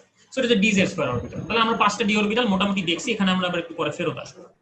আচ্ছা, এখন আমরা চিন্তা করি যে একটা কেন্দ্রীয় পরমাণু আছে, সরি, একটা কেন্দ্রীয় পরমাণু আছে, সেই কেন্দ্রীয় পরমাণুর চারপাশে আমাদের অষ্টতলক ক্ষেত্র বরাবর আমাদের কিছু লিগ্যান্ড আসছে। অর্থাৎ আমি যদি এটাকে এক্স অক্ষ, এটাকে ওয়াই অক্ষ, এটাকে জেড অক্ষ বলি, তাহলে লিগ্যান্ড গুলো কোন বরাবর আসবে? লিগ্যান্ড গুলো হচ্ছে এক্স ওয়াই আর জেড অক্ষ বরাবর আসবে, অর্থাৎ এই বরাবর একটা লিগ্যান্ড আসতেছে, এই বরাবর একটা লিগ্যান্ড, এই বরাবর একটা লিগ্যান্ড, এই বরাবর একটা লিগ্যান্ড, এই বরাবর একটা লিগ্যান্ড, আর এই বরাবর একটা লিগ্যান্ড। সো এই 6 দিক বরাবর হচ্ছে আসলে লিগ্যান্ড আসছে, রাইট? এই 6 দিক বরাবর হচ্ছে লিগ্যান্ড আসছে। তাহলে এখন যদি লিগ্যান্ড গুলো আসে, ওটা তো কেন্দ্রীয় পরমাণুর অরবিটাল গুলোকে বিকর্ষণ করবে, কারণ কেন্দ্রীয় পরমাণুর অরবিটালে ইলেকট্রন থাকে। কিন্তু ওভারঅল যেটা হয়, ওভারঅল হচ্ছে এটা একটা আকর্ষণের মধ্যে আসে, রাইট? কারণ কেন্দ্রীয় পরমাণু পজিটিভলি চার্জ, ওরা হচ্ছে নেগেটিভলি চার্জ। তাহলে আমরা যে ডি অরবিটাল গুলো দেখি 1 2 3 4 5, এই 5টা কিন্তু পাশাপাশি লিখতে পারতাম, কিন্তু আমি জায়গার অভাবে লিখিনি। এদের শক্তি আসলে আলটিমেটলি কমে যাবে, মানে এরা স্টেবল হয়ে যাবে। স্টেবল হলে কি হবে 1 2 3 4 5, এখানে 5টা অরবিটাল পাওয়া গেল। এখন ঝামেলা হচ্ছে যে এই লিগ্যান্ড গুলা এই ডি অরবিটালে যদি ইলেকট্রন থাকে তাদেরকে অবশ্যই বিকর্ষণ করবে। তাহলে যদি তাদেরকে বিকর্ষণ করে তাহলে এদের শক্তি কি হবে, বিকর্ষণের কারণে বাড়া শুরু করবে। এখন যে বাড়া শুরু করবে এটা আসলে ডিফারেন্ট ওয়েতে বাড়বে। একটু খেয়াল করি এখানে যে লিগ্যান্ড গুলো আসতেছে সেই লিগ্যান্ড গুলো কিন্তু অক্ষ বরাবর আসতেছে, রাইট, অ্যাক্সিস বরাবর আসতেছে। যেহেতু লিগ্যান্ড গুলো অক্ষ বরাবর আসতেছে তাহলে আমি যদি আগের পেজে ফেরত যাই তাহলে সরাসরি অক্ষ বরাবর যে অরবিটাল গুলো আছে অর্থাৎ dx² - y² এবং dz², এরা হচ্ছে বিকর্ষণ পাবে বেশি, কারণ এদের সরাসরি অরবিটাল লিগ্যান্ড গুলো সরাসরি এই বরাবর আসতেছে। কিন্তু যদি এইগুলা চিন্তা করি ওদের যেহেতু অরবিটাল গুলা তলের মাঝখানে আছে অর্থাৎ দুই অক্ষের মাঝখানে আছে তাহলে ওরা বিকর্ষণ পাবে কম। তার মানে যারা বিকর্ষণ পাবে বেশি তাদের শক্তি বাড়বে বেশি, অর্থাৎ দুইটা অরবিটালের শক্তি বাড়বে বেশি। যারা বিকর্ষণ পাবে কম তাদের শক্তি বাড়বে কম। তার মানে আমরা একটা ডিজেনারেসি পেয়ে যাবো, রাইট, সরি নন ডিজেনারেসি পেয়ে যাবো। তাহলে এই নন ডিজেনারেসি এনার্জি গ্যাপটাকে বলা হয় ডেল্টা ও। এবং এই ডেল্টা ও যে শক্তি পার্থক্যের সমান সেটা জেনারেলি ভিজিবল রেঞ্জের মধ্যে পড়ে। সো দ্যাটস ওয়াই জটিল যৌগরা হচ্ছে কালারফুল আয়ন গঠন করে, কারণ এখানে যদি একটা ইলেকট্রন থাকে মনে করি, সেই ইলেকট্রনটা যখন উপরে জাম্প করবে তখন সে দৃশ্যমান অঞ্চলের আলো শোষণ করবে। এই জিনিসটাই এখানে দেখানো হয়েছে যে এখানে এরা হচ্ছে দুই ভাগে ভাগ হয়ে গেল, dxy yz zx, dx² - y² আর dz²। তাহলে এদের যদি এনার্জি পার্থক্য এটা ডেল ও হবে, এটা যদি h নিউ হয়, এই নিউ জেনারেলি দৃশ্যমান অঞ্চলের আলোর মধ্যে পড়ে and hence জটিল আয়নগুলো যেগুলো থাকে তারা হচ্ছে কালারফুল হয়। সো যেমন আমি একটা এক্সাম্পল দেখাই যে টাইটেনিয়াম 2+ আয়নের জন্য, টাইটেনিয়াম 2+ আয়ন, টাইটেনিয়াম 2+ আয়নের জন্য কালারটা কেন এরকম, কারণ সে কোন রেঞ্জে আলো শোষণ করে। কালার কেন বেগুনি, সে কোন রেঞ্জে আসলে আলো শোষণ করে, সে হচ্ছে কালার যেহেতু বেগুনি সে হচ্ছে তার ইয়েলো রেঞ্জে বা হলুদ রেঞ্জে সে আলো শোষণ করে। সো এই হচ্ছে একটা জেনারেল আইডিয়া। এখন আসি এই লিগ্যান্ড গুলা, আমি একটু আসি, এই লিগ্যান্ড গুলা যত স্ট্রং হবে এদের মধ্যে এনার্জির গ্যাপও তত বেশি হবে, তার মানে কালারও তত ডিফারেন্ট হবে। সো দ্যাটস ওয়াই এই যদি আমি এভাবে চিন্তা করি যে আয়রন এটার সায়ানাইডের সাথে যে লিগ্যান্ড বা জটিল যৌগটা থাকবে এটার যেরকম কালার হবে, এটা ক্লোরিনের সাথে কালারটা হবে হচ্ছে একেবারে ডিফারেন্ট। ওকে, সো তার মানে এখানে এই লিগ্যান্ডের স্ট্রেংথ চেঞ্জ হওয়ার সাথে সাথে কালারও আসলে পরিবর্তিত হয়। সো আমরা একটা অক্টাহেড্রাল ফিল্ডের জন্য ক্রিস্টাল ফিল্ড থিওরি আমরা বর্ণনা করলাম, আমরা ক্রিস্টাল ফিল্ড থিওরি আর কোনোভাবেই বর্ণনা করব না। সো এখন আমরা চলে যাচ্ছি হচ্ছে আমাদের পরবর্তী পোলে, কিন্তু তার আগে হচ্ছে একবার আমরা দেখে নিই যে এখানে আসলে কাহিনীটা কিরকম। ওকে, কালারগুলো দেখে নিছি, পোলের প্রশ্নে চলে যাই। পোলের প্রশ্নটা দেখে অমিত ভাই একটু পরে হচ্ছে প্রশ্নটা লোড করে দিয়ে দেব। ওকে, সো আমি হচ্ছে পোলের রেজাল্টটা একটু বলি। 80% লোক হচ্ছে অ্যানসার দিয়েছে বি, 12% হচ্ছে এ এবং 9% হচ্ছে সি। সো 80% কমলা। এখন দেখি যে কমলাটা কি সঠিক কিনা আসলে। সো আমি প্রশ্নটা একটু পড়ে নিই। নীল বর্ণের আলো শোষণ যদি করে, হ্যাঁ নীল বর্ণের আলো শোষণ করলে অবশ্যই কমলা হবে। আচ্ছা, বেশিরভাগই রাইট, সাবাস, ভেরি গুড। সো এটা আমরা মোটামুটি সবাই পারছি। সো এটা বোঝা যায় খুবই সহজে। আমি আগের স্লাইডে চলে যাই। তাহলে এখানে দেখা যায় যে যদি নীল শোষণ করি, নীলের কমপ্লিমেন্টারি কালার হচ্ছে কমলা। সো দ্যাটস ওয়াই যদি কোনো একটা বস্তু নীল আলো শোষণ করে সেটা আমাদের চোখে অ্যাপিয়ার করবে হচ্ছে কমলা। ওকে, সো আমরা মোটামুটি এই জিনিসগুলো শেষ করে ফেলছি। এখন আমরা আমাদের পর্যায়বৃত্ত ধর্মে চলে যেতে পারি। তো পর্যায়বৃত্ত ধর্ম আসলে কাকে বলে? পর্যায়বৃত্ত ধর্ম হচ্ছে, যেহেতু এখানে পর্যায় কথাটা আছে তার মানে এটার সাথে পর্যায় সারণী আসলে রিলেটেড, রাইট? আমি যদি এখানে একটা পর্যায় সারণী আঁকি, খুব সুন্দর একটা পর্যায় সারণী আছে, এই যে এখানে হচ্ছে 118টা মৌলই কিন্তু আছে। আমি সাদা কালার দিয়ে লিখছি দেখে আসলে বোঝা যাচ্ছে না। সো ওকে, তো এখানে হচ্ছে যে পর্যায় সারণীর মধ্যে এখানে আমি একটু কাহিনী বলি আর কি। তো পর্যায় সারণীর মধ্যে আমি যদি পর্যায় চেঞ্জ করি, অর্থাৎ আমি যদি প্রথম থেকে দ্বিতীয় থেকে তৃতীয় পর্যায়ে যাই, তাহলে যেই সকল ধর্মগুলা একই প্যাটার্নে চেঞ্জ হয় তাদেরকে হচ্ছে পর্যায়বৃত্ত ধর্ম বলা হয়। আমি আবার বলছি, একই pattern, same pattern, okay, not same value. যেমন আমি যদি বলি আয়নীকরণ শক্তি একই পর্যায়ের বাম থেকে ডানে গেলে হচ্ছে বাড়তে থাকে, পরবর্তী পর্যায়ে গেলে আবার কমে যায়, আবার বাড়তে থাকে, কিন্তু দ্যাট ডাজন্ট নেসেসারিলি মিন যে দ্বিতীয় পর্যায়ের এই মৌলটার আয়নীকরণ শক্তি যা হবে এই মৌলটার আয়নীকরণ শক্তি তাই হবে না। এই দুইটা আয়নীকরণ শক্তির মধ্যে পার্থক্য আছে, কিন্তু একই পর্যায়ে ট্রেন্ডটা একই রকম হবে। যেমন এটা বাড়বে, তারপরে হচ্ছে এখানে বেড়ে সর্বোচ্চ হবে, তারপরে এখানে আবার কমে, আবার বাড়বে, আবার কমে, আবার বাড়বে। সো তার মানে আইডিয়াটা আশা করি আমরা বুঝতে পারতেছি যে পর্যায়বৃত্ত ধর্ম কাকে বলে, যেখানে সেম প্যাটার্নে চেঞ্জ হয়, সেম ভ্যালুতে চেঞ্জ না হইলেও হবে। তো এখন এই পর্যায়বৃত্ত ধর্মগুলো এখানে আমরা কয়েকটা লিখে দিছি। পারমাণবিক ব্যাসার্ধ, তারপর হচ্ছে আয়নীকরণ শক্তি, ইলেকট্রন শক্তি, তড়িৎ ঋণাত্মকতা, যোজ্যতা। ওকে, সো যোজ্যতা আসলে পর্যাবৃত্ত ধর্মের মধ্যে তেমন একটা পড়ে না, তাও এখানে উল্লেখ করা হয়েছে আসলে। আচ্ছা, তো এটার জন্য আমাদের যেটা করতে হবে, আমাদের হচ্ছে কার্যকর নিউক্লিয় বল সম্পর্কে একটুখানি আইডিয়া নিতে হবে। সো আমি একটু এটা স্ক্রিনটা বাড়াই নেই। হ্যাঁ, সো কার্যকর নিউক্লিয় বল আমরা আগেই মনে হয় বর্ণনা করছি যে এখানে যদি একটা নিউক্লিয়াস থাকে আর যদি এখানে ভিতরে কতগুলো শেল থাকে, আমার যদি টার্গেট হয় বাইরের শেলটা, তাহলে এই বাইরের শেলটার প্রতি নিউক্লিয়াসের আকর্ষণটা হ্রাস পায়। তাহলে যতটুকু পরিমাণ হ্রাস পায় সেইটার পরে যা থাকে সেটাকে আমরা বলি হচ্ছে কার্যকর নিউক্লিয় বল। অর্থাৎ কার্যকর নিউক্লিয় বল হচ্ছে অরিজিনাল নিউক্লিয় বল মাইনাস একটা ধ্রুবক, আচ্ছাদন ধ্রুবক বলা হয় এটাকে। এই আচ্ছাদন ধ্রুবকের মান কিসের উপর ডিপেন্ড করে? এই ভিতরের শেলটা যত বেশি নিউক্লিয়াসের কাছাকাছি বা যত বেশি স্টেবল থাকবে, এই আচ্ছাদন ধ্রুবকের মানটা তত বেশি হবে। তাহলে আমি একটু বলে দিই কি কি। তাহলে এন এর মান যত কম, আচ্ছাদন ধ্রুবক তত বেশি। অর্থাৎ প্রথম শেলের ইলেকট্রনের আচ্ছাদন প্রভাবটা বেশি দেখাবে, দ্বিতীয় শেলটা আচ্ছাদন প্রভাবটা কম দেখাবে। তারপরে এস অরবিটালের ইলেকট্রনের আচ্ছাদন প্রভাবটা বেশি, তারপরে ডি, তারপরে এফ, তারপরে হচ্ছে জি, তারপরে হচ্ছে এইচ, তারপরে এন্ড সো অন।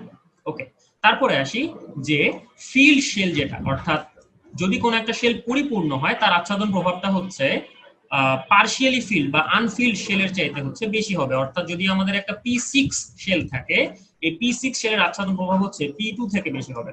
সো এই হচ্ছে মোটামুটি আমাদের কার্যকর নিউক্লিয় বল সম্পর্কে যে বেসিক আইডিয়া নেওয়া উচিত ছিল, সেই বেসিক আইডিয়া গুলা। আচ্ছা, সো এখন এই গেল হচ্ছে মোটামুটি আমাদের এই সিনারিও। এখন আমরা আসি হচ্ছে পরবর্তী পেজে। সো এখানে আমরা পারমাণবিক ব্যাসার্ধ ডিফাইন করতেছি। সো এখন পারমাণবিক ব্যাসার্ধ ডিফাইন করতে যে আমাদের একটা সমস্যায় পড়তে হয়, সেটা হচ্ছে আসলে ব্যাসার্ধ বলতে কি বোঝায় মেইনলি। সো ব্যাসার্ধ বলতে মেইনলি বুঝায়, আমরা জানি যেটা একটা বৃত্ত আছে, এই বৃত্তের কেন্দ্র থেকে হচ্ছে এই টার্মিনাল পর্যন্ত যে ডিসটেন্স, এটাকেই বলা হয় ব্যাসার্ধ। কিন্তু একটা পরমাণুর কেন্দ্র নিউক্লিয়াস বুঝছি, কিন্তু বাইরের যে আবরণটা এটা আসলে কোনটা? কারণ ইলেকট্রনের নির্দিষ্ট কোনো পজিশন নাই, সে যে কোনো জায়গাতেই থাকতে পারে। আমরা একটা সম্ভাবনা ঘনত্ব আঁকতে পারি যে ইলেকট্রনের কোন জায়গাতে থাকার সম্ভাবনা কত। যেমন এখানে খেয়াল করি, এখানে এই ছবিটাতে যেখানে আমরা দাগটা গাঢ় বা দাগটা ঘন, সেই জায়গাতে ইলেকট্রন পাওয়ার সম্ভাবনা বেশি, আর যেখানে দাগটা ঘন না সেখানে ইলেকট্রন পাওয়ার সম্ভাবনা কম। সো এখানে আমরা দেখতে পাচ্ছি এই জায়গাতে যেহেতু দাগের ঘনত্ব একেবারে শূন্যের পর্যায়ে পড়ে, তার মানে এখানে ইলেকট্রন পাওয়ার ঘনত্ব মানে ইলেকট্রন পাওয়ার সম্ভাবনা একেবারেই কম। সো এটা নিউক্লিয়াস। সো এই পর্যন্ত মোটামুটি ডিসটেন্স যদি আমরা ধরে ফেলি, তাহলে এই পর্যন্তই হচ্ছে ম্যাক্সিমাম ইলেকট্রন ঘনত্ব কভার করতেছে। তাই এটাকে আমরা বলবো হচ্ছে ব্যাসার্ধ, পারমাণবিক ব্যাসার্ধ। এখন এটাকে অনেকভাবে ভাগ করা যায়, সমযোজী ব্যাসার্ধ, ভ্যান ডার ওয়ালস ব্যাসার্ধ, ধাতব ব্যাসার্ধ। সমযোজী ব্যাসার্ধ কাকে বলে? যদি দুটা পরমাণু, এই দুটা পরমাণু সমযোজী বন্ধনে আবদ্ধ হয়, তাহলে তাদের নিউক্লিয়াসের মধ্যবর্তী যে দূরত্ব তার ঠিক অর্ধেক পরিমাণকে বলা হয় সমযোজী ব্যাসার্ধ। অর্থাৎ এটা হচ্ছে কোভ্যালেন্ট রেডিয়াস, সমযোজী দূরত্ব, এটা হচ্ছে কোভ্যালেন্ট এটা হচ্ছে কোভ্যালেন্ট ডিসটেন্স, সমযোজী দূরত্ব, এবং এটা হচ্ছে কোভ্যালেন্ট রেডিয়াস বা সমযোজী ব্যাসার্ধ। ভ্যান ডার ওয়ালস ব্যাসার্ধ কাকে বলে? দুইটা বিচ্ছিন্ন অণুর মধ্যে যে ভ্যান ডার ওয়ালস আকর্ষণ বল থাকে, এই আকর্ষণ বলের দরুন তারা যে সবচেয়ে কাছাকাছি যে ডিসটেন্সটাতে আসতে পারে, অর্থাৎ এর চেয়ে কাছে তারা আসতে পারে না মনে করি। সো তারা যতটুকু কাছাকাছি আসতে পারে, সেই অবস্থায় তাদের নিউক্লিয়াসের মধ্যবর্তী দূরত্বের যে অর্ধেক, সেইটাকে আমরা বলি হচ্ছে ভ্যান ডার ওয়ালস ব্যাসার্ধ। তার মানে স্পষ্টভাবে দেখা যাচ্ছে যে কোভ্যালেন্ট রেডিয়াস এটা হচ্ছে ভ্যান ডার ওয়ালস ব্যাসার্ধের চাইতে ছোট, অর্থাৎ R COV is less than R van der Waals. আর এখানে আসে হচ্ছে ধাতব ব্যাসার্ধে। একটা ধাতব কেলাসে দুইটা পরমাণুর মধ্যবর্তী দূরত্বের অর্ধেককে বলা হয় ধাতব ব্যাসার্ধ। এখন এটা ডিপেন্ড করে কয়েকটা ফ্যাক্টরের উপরে, যে ধাতব বন্ধনটা কতটুকু স্ট্রং, ধাতব বন্ধনটা কতটুকু স্ট্রং, এবং আরেকটা জিনিসের উপর ডিপেন্ড করে, সেটা হচ্ছে এখানে এই ধাতুটার কেলাসের গঠনটা কিরকম, অর্থাৎ তার সন্নিবেশ সংখ্যা কত আসলে। সো যাই হোক, আমরা হচ্ছে একটু এই জিনিসটা একটু বোঝার চেষ্টা করি। আচ্ছা, এখানে আমরা আরেকটা পোল দিচ্ছি। সো এখানে হচ্ছে এই অ্যানসারটা করা লাগবে আর কি। সো অমিত ভাই একটু পোলটা দিয়ে দেন।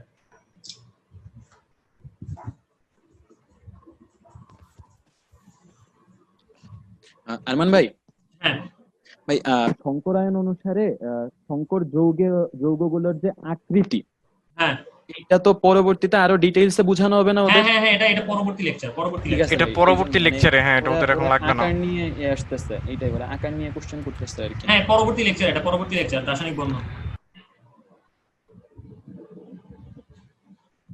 ওকে, সো আমাদের পোল শেষ। সো পোলের মধ্যে হচ্ছে বেশিরভাগ মানুষ বলছে যে ভ্যান ডার ওয়ালস ব্যাসার্ধের মান বেশি, এবং এক্স্যাক্টলি এটাই সঠিক, কারণ ভ্যান ডার ওয়ালস বন্ধনটার দূরত্ব হচ্ছে বেশি। আচ্ছা, তো আমরা হচ্ছে এখানে আয়নিক ব্যাসার্ধতে চলে যাই। আয়নিক ব্যাসার্ধ হচ্ছে যদি কোনো একটা পরমাণু থেকে এক বা একাধিক ইলেকট্রন বের করা হয়, যেমন ক্যাটায়ন, অথবা এক বা একাধিক ইলেকট্রন যোগ করা হয়, যেমন অ্যানায়ন, তাহলে তাদের যে ব্যাসার্ধ সেটাকে বলা হয় আয়নিক ব্যাসার্ধ। সো খুবই সিম্পল ওয়েতে যদি এটা আমরা চিন্তা করি যে আমি যদি ইলেকট্রন বের করে ফেলি, রাইট, তাহলে আমি যদি মনে করি একটা পরমাণু আছে, এখান থেকে আমি একটা ইলেকট্রন বের করে M+ তৈরি করলাম। তাহলে M+ যদি আমরা তৈরি করি, তাহলে যেহেতু এখানে ইলেকট্রন কমে গেলে হচ্ছে Z ইফেক্টিভটা বেড়ে যাবে, কারণ এখন আচ্ছাদন দেওয়ার জন্য কম ইলেকট্রন আছে। তার মানে Z ইফেক্টিভ যদি বেড়ে যায় তাহলে RC মানে ব্যাসার্ধটা কমে যাবে।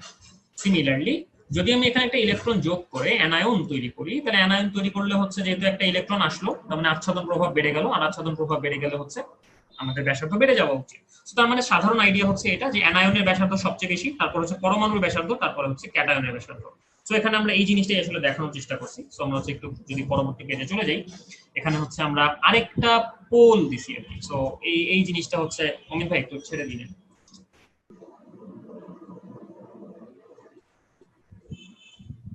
আচ্ছা, এখানে O2 মাইনাস মানে কিন্তু পারক্সাইড আয়ন না, এটা হচ্ছে অক্সাইড আয়ন। ও বড় উপরে হবে 2 মাইনাস। ওকে, সো এটা একটু খেয়াল রাখি আমরা। এখানে হচ্ছে এইটার মানে হচ্ছে O2 মাইনাস, আর N3 মাইনাস মানে হচ্ছে এইটা। ওকে,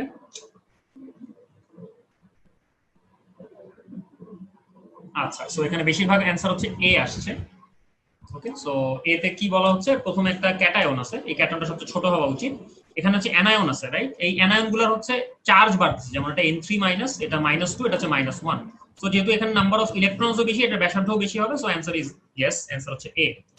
ওকে, আমরা হচ্ছে পরবর্তী স্লাইডে চলে যাই। তো এখানে আয়নীকরণ শক্তি নিয়ে আমরা কথা বলতেছি। আয়নীকরণ শক্তি হচ্ছে কোনো একটা পরমাণু থেকে যদি ইলেকট্রন বের করতে হয় আমার, তাহলে কি পরিমাণে এনার্জি দেওয়া লাগবে। সো এগেইন আমি যদি এইভাবে চিন্তা করি, যেহেতু এই ইলেকট্রনটার প্রতি নিউক্লিয়াসের আকর্ষণ আছে, তাহলে আকর্ষণ যত বেশি হবে আমাদের আয়নীকরণ শক্তিও তত বেশি হবে। তাহলে আমি যদি বাম থেকে ডান দিকে চিন্তা করি, বাম থেকে ডান দিকে গেলে জেড ইফেক্টিভ আর কি বাড়ে, রাইট। কেন জেড ইফেক্টিভ বাড়ে? কারণ নিউক্লিয়াসে হচ্ছে চার্জের পরিমাণ বাড়তেছে। তাহলে যদি জেড ইফেক্টিভ বাড়ে, তাহলে আয়নীকরণ শক্তিও অবশ্যই বাড়বে। তাহলে আমি যদি এভাবে চিন্তা করি যে আমি যদি বাম থেকে ডানে যাই, যেমন এখানে আমি লিথিয়াম থেকে শুরু করি, লিথিয়াম থেকে আমি বেরিলিয়ামে গেছি, তারপর হচ্ছে বোরন, কার্বন, নাইট্রোজেন, এখানে আয়নীকরণ শক্তির ট্রেন্ডটা হচ্ছে বাড়ছে, রাইট। তারপর আমি যখন আবার সোডিয়ামে চলে গেলাম, তখন আবার আয়নীকরণ শক্তিটা কমে গেল। সো এটা হচ্ছে আমাদের বাম থেকে ডানে যাওয়ার যে ট্রেন্ডটা।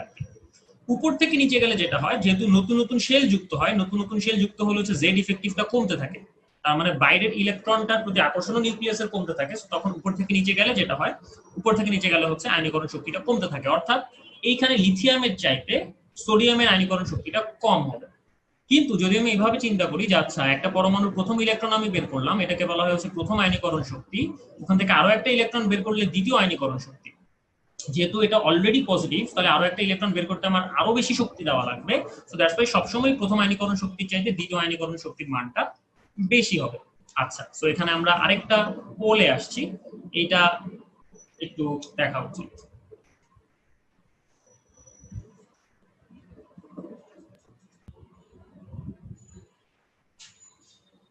ওকে, সো ওরে আল্লাহ, এখানে আচ্ছা, এখানে অ্যানসার হচ্ছে ভুল দিছো তোমরা। আসলে আয়নীকরণ শক্তি মানে কি, ইলেকট্রন বের করতে যে পরিমাণে শক্তি দেওয়া লাগবে। সো এখানে যদি একটু চিন্তা করি, এই ভ্যালুগুলো কিন্তু পজিটিভ, অর্থাৎ এটা তাপহারী প্রক্রিয়া, এটা তাপ উৎপাদী প্রক্রিয়া না। সো এটা তাপহারী প্রক্রিয়া, অ্যানসার হবে বি।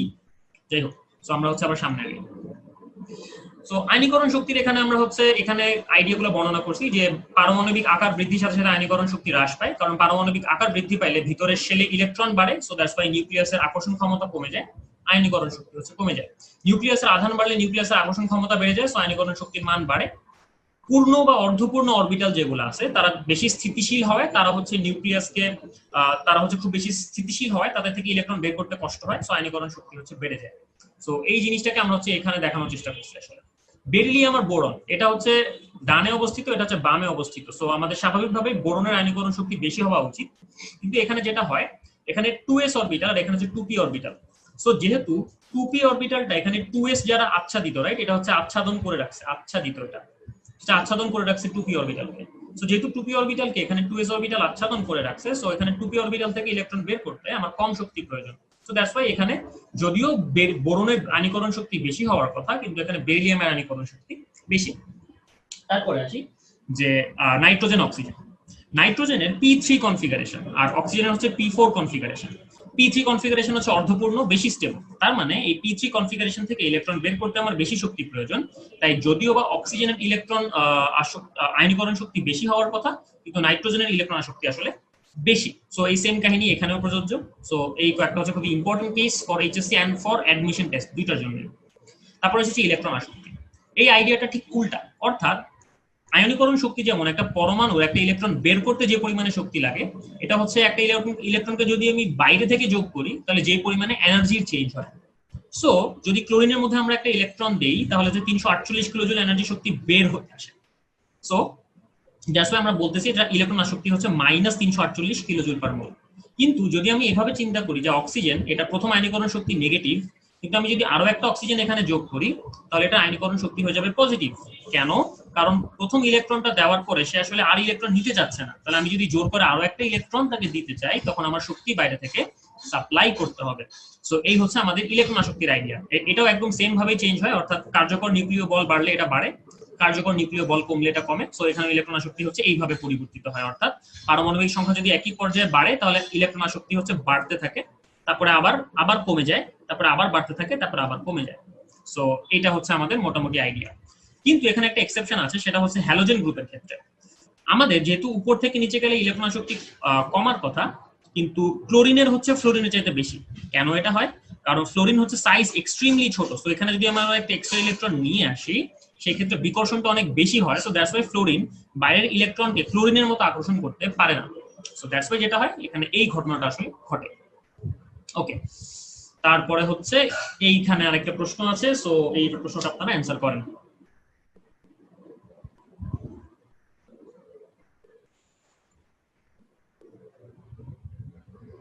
ওকে, সো এখানে মেজরিটি সঠিক অ্যানসার দিয়েছে। অক্সিজেনের ইলেকট্রন আসক্তি হচ্ছে সর্বোচ্চ এবং এক্স্যাক্টলি ইউ আর রাইট। এটা হচ্ছে চালকোজেন মৌল, এই চালকোজেন মৌলের মধ্যে এটার ইলেকট্রন আসক্তি হবে সর্বোচ্চ। ওকে, তড়িৎ ঋণাত্মকতা। যদি এখানে দুটো পরমাণু থাকে, মনে করি হাইড্রোজেন আর ক্লোরিন, এই দুটো নিউক্লিয়াস হচ্ছে ডিফারেন্ট। অর্থাৎ হাইড্রোজেনের নিউক্লিয়াসে একটা প্রোটন শেল একটা, ক্লোরিনের নিউক্লিয়াসে 17টা প্রোটন শেল 3টা, তাহলে এই দুইজনের এই শেয়ারকৃত ইলেকট্রনকে টানার ক্ষমতা সেম হবে না। সো এই ক্ষেত্রে যেটা হয় যে ক্লোরিন এটার ইলেকট্রন টানার ক্ষমতা বেশি বিধায় সে হাইড্রোজেন থেকে ইলেকট্রন ঘনত্ব নিজের দিকে টান দেয়, যার কারণে হাইড্রোজেনের উপরে পার্শিয়াল পজিটিভ এবং ক্লোরিনের উপরে পার্শিয়াল নেগেটিভ চার্জ তৈরি হয়। এটাকে বলা হয় হচ্ছে পোলারন। ওকে, এটাকে বলা হচ্ছে পোলারাইজেশন বা পোলারন। তো এই যে পোলারন যে হয়, এই পোলারনটা যেই কারণে হয় তাকে বলা হয় তড়িৎ ঋণাত্মকতা। সো আমরা বলি যে এই সমযোজী বন্ধনে আবদ্ধ ইলেকট্রনকে কোন একটা পরমাণু নিজের দিকে আকর্ষণ করার যে ক্ষমতাটা তাকে বলা হয় হচ্ছে তড়িৎ ঋণাত্মকতা।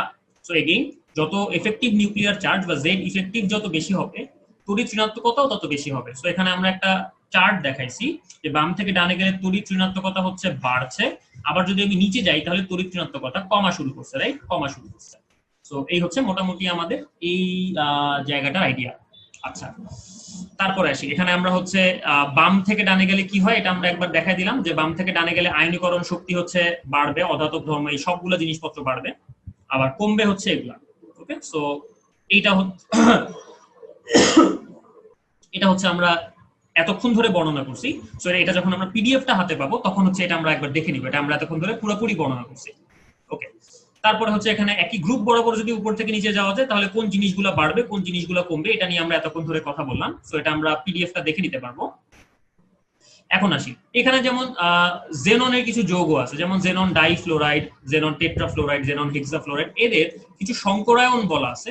যদিও এই সংকরায়নগুলো আমরা নেক্সট ক্লাসে খুব ভালোভাবে ব্যাখ্যা করব, তারপরেও আমরা হচ্ছে একবার একটা গ্লেন্স নিয়ে নিই যে কোনটা শেপ কিরকম। যেমন এটা হচ্ছে জেনন হেক্সাফ্লোরাইড। ওকে, সো এখানে আমাদের শেপগুলোর নাম দেওয়া আছে এবং শেপগুলোর ছবি দেওয়া আছে। আমরা এটা কেন এভাবে হয় কিভাবে হয় এটা আমাদের নেক্সট লেকচারের পুরো আলোচনার বিষয় এটা। সো আমরা এটা নিয়ে আপাতত মাথা না ঘামাই, এটা জাস্ট একটু মাথায় রাখি আর কি যে কোনটা কিরকম। আচ্ছা, তারপর হচ্ছে ক্লাথ্রেট যৌগ। আচ্ছা, ক্লাথ্রেট যৌগ কাদেরকে বলে? ক্লাথ্রেট যৌগ হচ্ছে এমন সব পদার্থ যেখানে একটা পকেটের ভিতরে আরেকটা পদার্থ অবস্থিত। যেমন ধরি যে এখানে হচ্ছে ডাইফেনল একটা যৌগ আছে, রাইট? সো এই ডাইফেনল গুলো হাইড্রোজেন বন্ধনের মাধ্যমে নিজেদের সাথে একটা এরকম ট্রাইমার তৈরি করতে পারে। এখন এই ট্রাইমারের মধ্যে যে ফাঁকা জায়গাটা আছে, এই ফাঁকা জায়গাটা হচ্ছে কতগুলো পদার্থ রাখার জন্য যথেষ্ট আর কি। যেমন এখানে আমি আর্গন পরমাণু রাখতে পারি, কারণ আর্গন পরমাণু সাইজ হচ্ছে এই পকেটটার সমান। সো এখন এই যে এই জমাট বাঁধা অবস্থাটা যে পাওয়া গেল, এই জমাট বাঁধা অবস্থাটাকে বলা হয়েছে ক্লাথ্রেট যৌগ। এই ক্লাথ্রেট যৌগের বিভিন্ন ব্যবহার আছে, এগুলোকে আমরা ড্রাগ ডেলিভারি সিস্টেমে ইউজ করতে পারি। আবার আমাদের সমুদ্রের তলদেশে যে মিথেন আছে সেই মিথেন গুলো আসলে পানির মধ্যে ক্লাথ্রেট হিসেবে থাকে। সো ওগুলোকে জ্বালানি হিসেবে আমরা ব্যবহার করি। সো এরকম অনেকগুলো ক্লাথ্রেট যৌগ আমাদের পসিবল, এটা জাস্ট চেহারা দেখে নেওয়ার জন্য। আচ্ছা, তারপরে হচ্ছে আমরা এখানে মৌলসমূহের অক্সাইড ধর্ম দেখতে পারি। আমরা জানি যে একটা সাধারণ কথা যে ধাতব অক্সাইডটা হচ্ছে ক্ষারীয় আর অধাতব অক্সাইডটা হচ্ছে অম্লীয়। ওকে, অধাতব অক্সাইডটা হচ্ছে অম্লীয়। যেহেতু বাম থেকে ডানে গেলে ধাতব ধর্ম কমতে থাকে, তাহলে অক্সাইড সমূহের ক্ষার ধর্ম কমতে থাকবে, অম্ল ধর্ম বাড়তে থাকবে। তাহলে মাঝ বরাবর যারা থাকবে তারা হচ্ছে উভধর্মী হবে। যেমন আমি যদি এখানে বলি এই যে অ্যালুমিনিয়াম এই পুরা তৃতীয় পর্যায়ের মাঝ বরাবর আছে, তার মানে এটা হচ্ছে আমাদের উভধর্মী। তো আরো ডান দিকে গেলে হচ্ছে আমরা অম্লধর্মী পাবো, আরো বাম দিকে গেলে আমরা ক্ষারধর্মী অক্সাইড পাবো। এটার মানেটা কি আসলে? ক্ষারধর্মী অক্সাইড মানে ওরা অ্যাসিডের সাথে বিক্রিয়া করে, অম্লধর্মী অক্সাইড মানে ওরা ক্ষারের সাথে বিক্রিয়া করে, আর উভধর্মী অক্সাইড মানে ওরা অ্যাসিডের সাথেও বিক্রিয়া করে, ওরা ক্ষারের সাথেও বিক্রিয়া করে। ওকে, সো তার মানে এই ছিল আমাদের মোটামুটি প্রথম লেকচার। সো সবাই ভালো থাকবা, সুস্থ থাকবা। সো আমি এখান থেকে বিদায় নিচ্ছি, সবাইকে খোদা হাফেজ।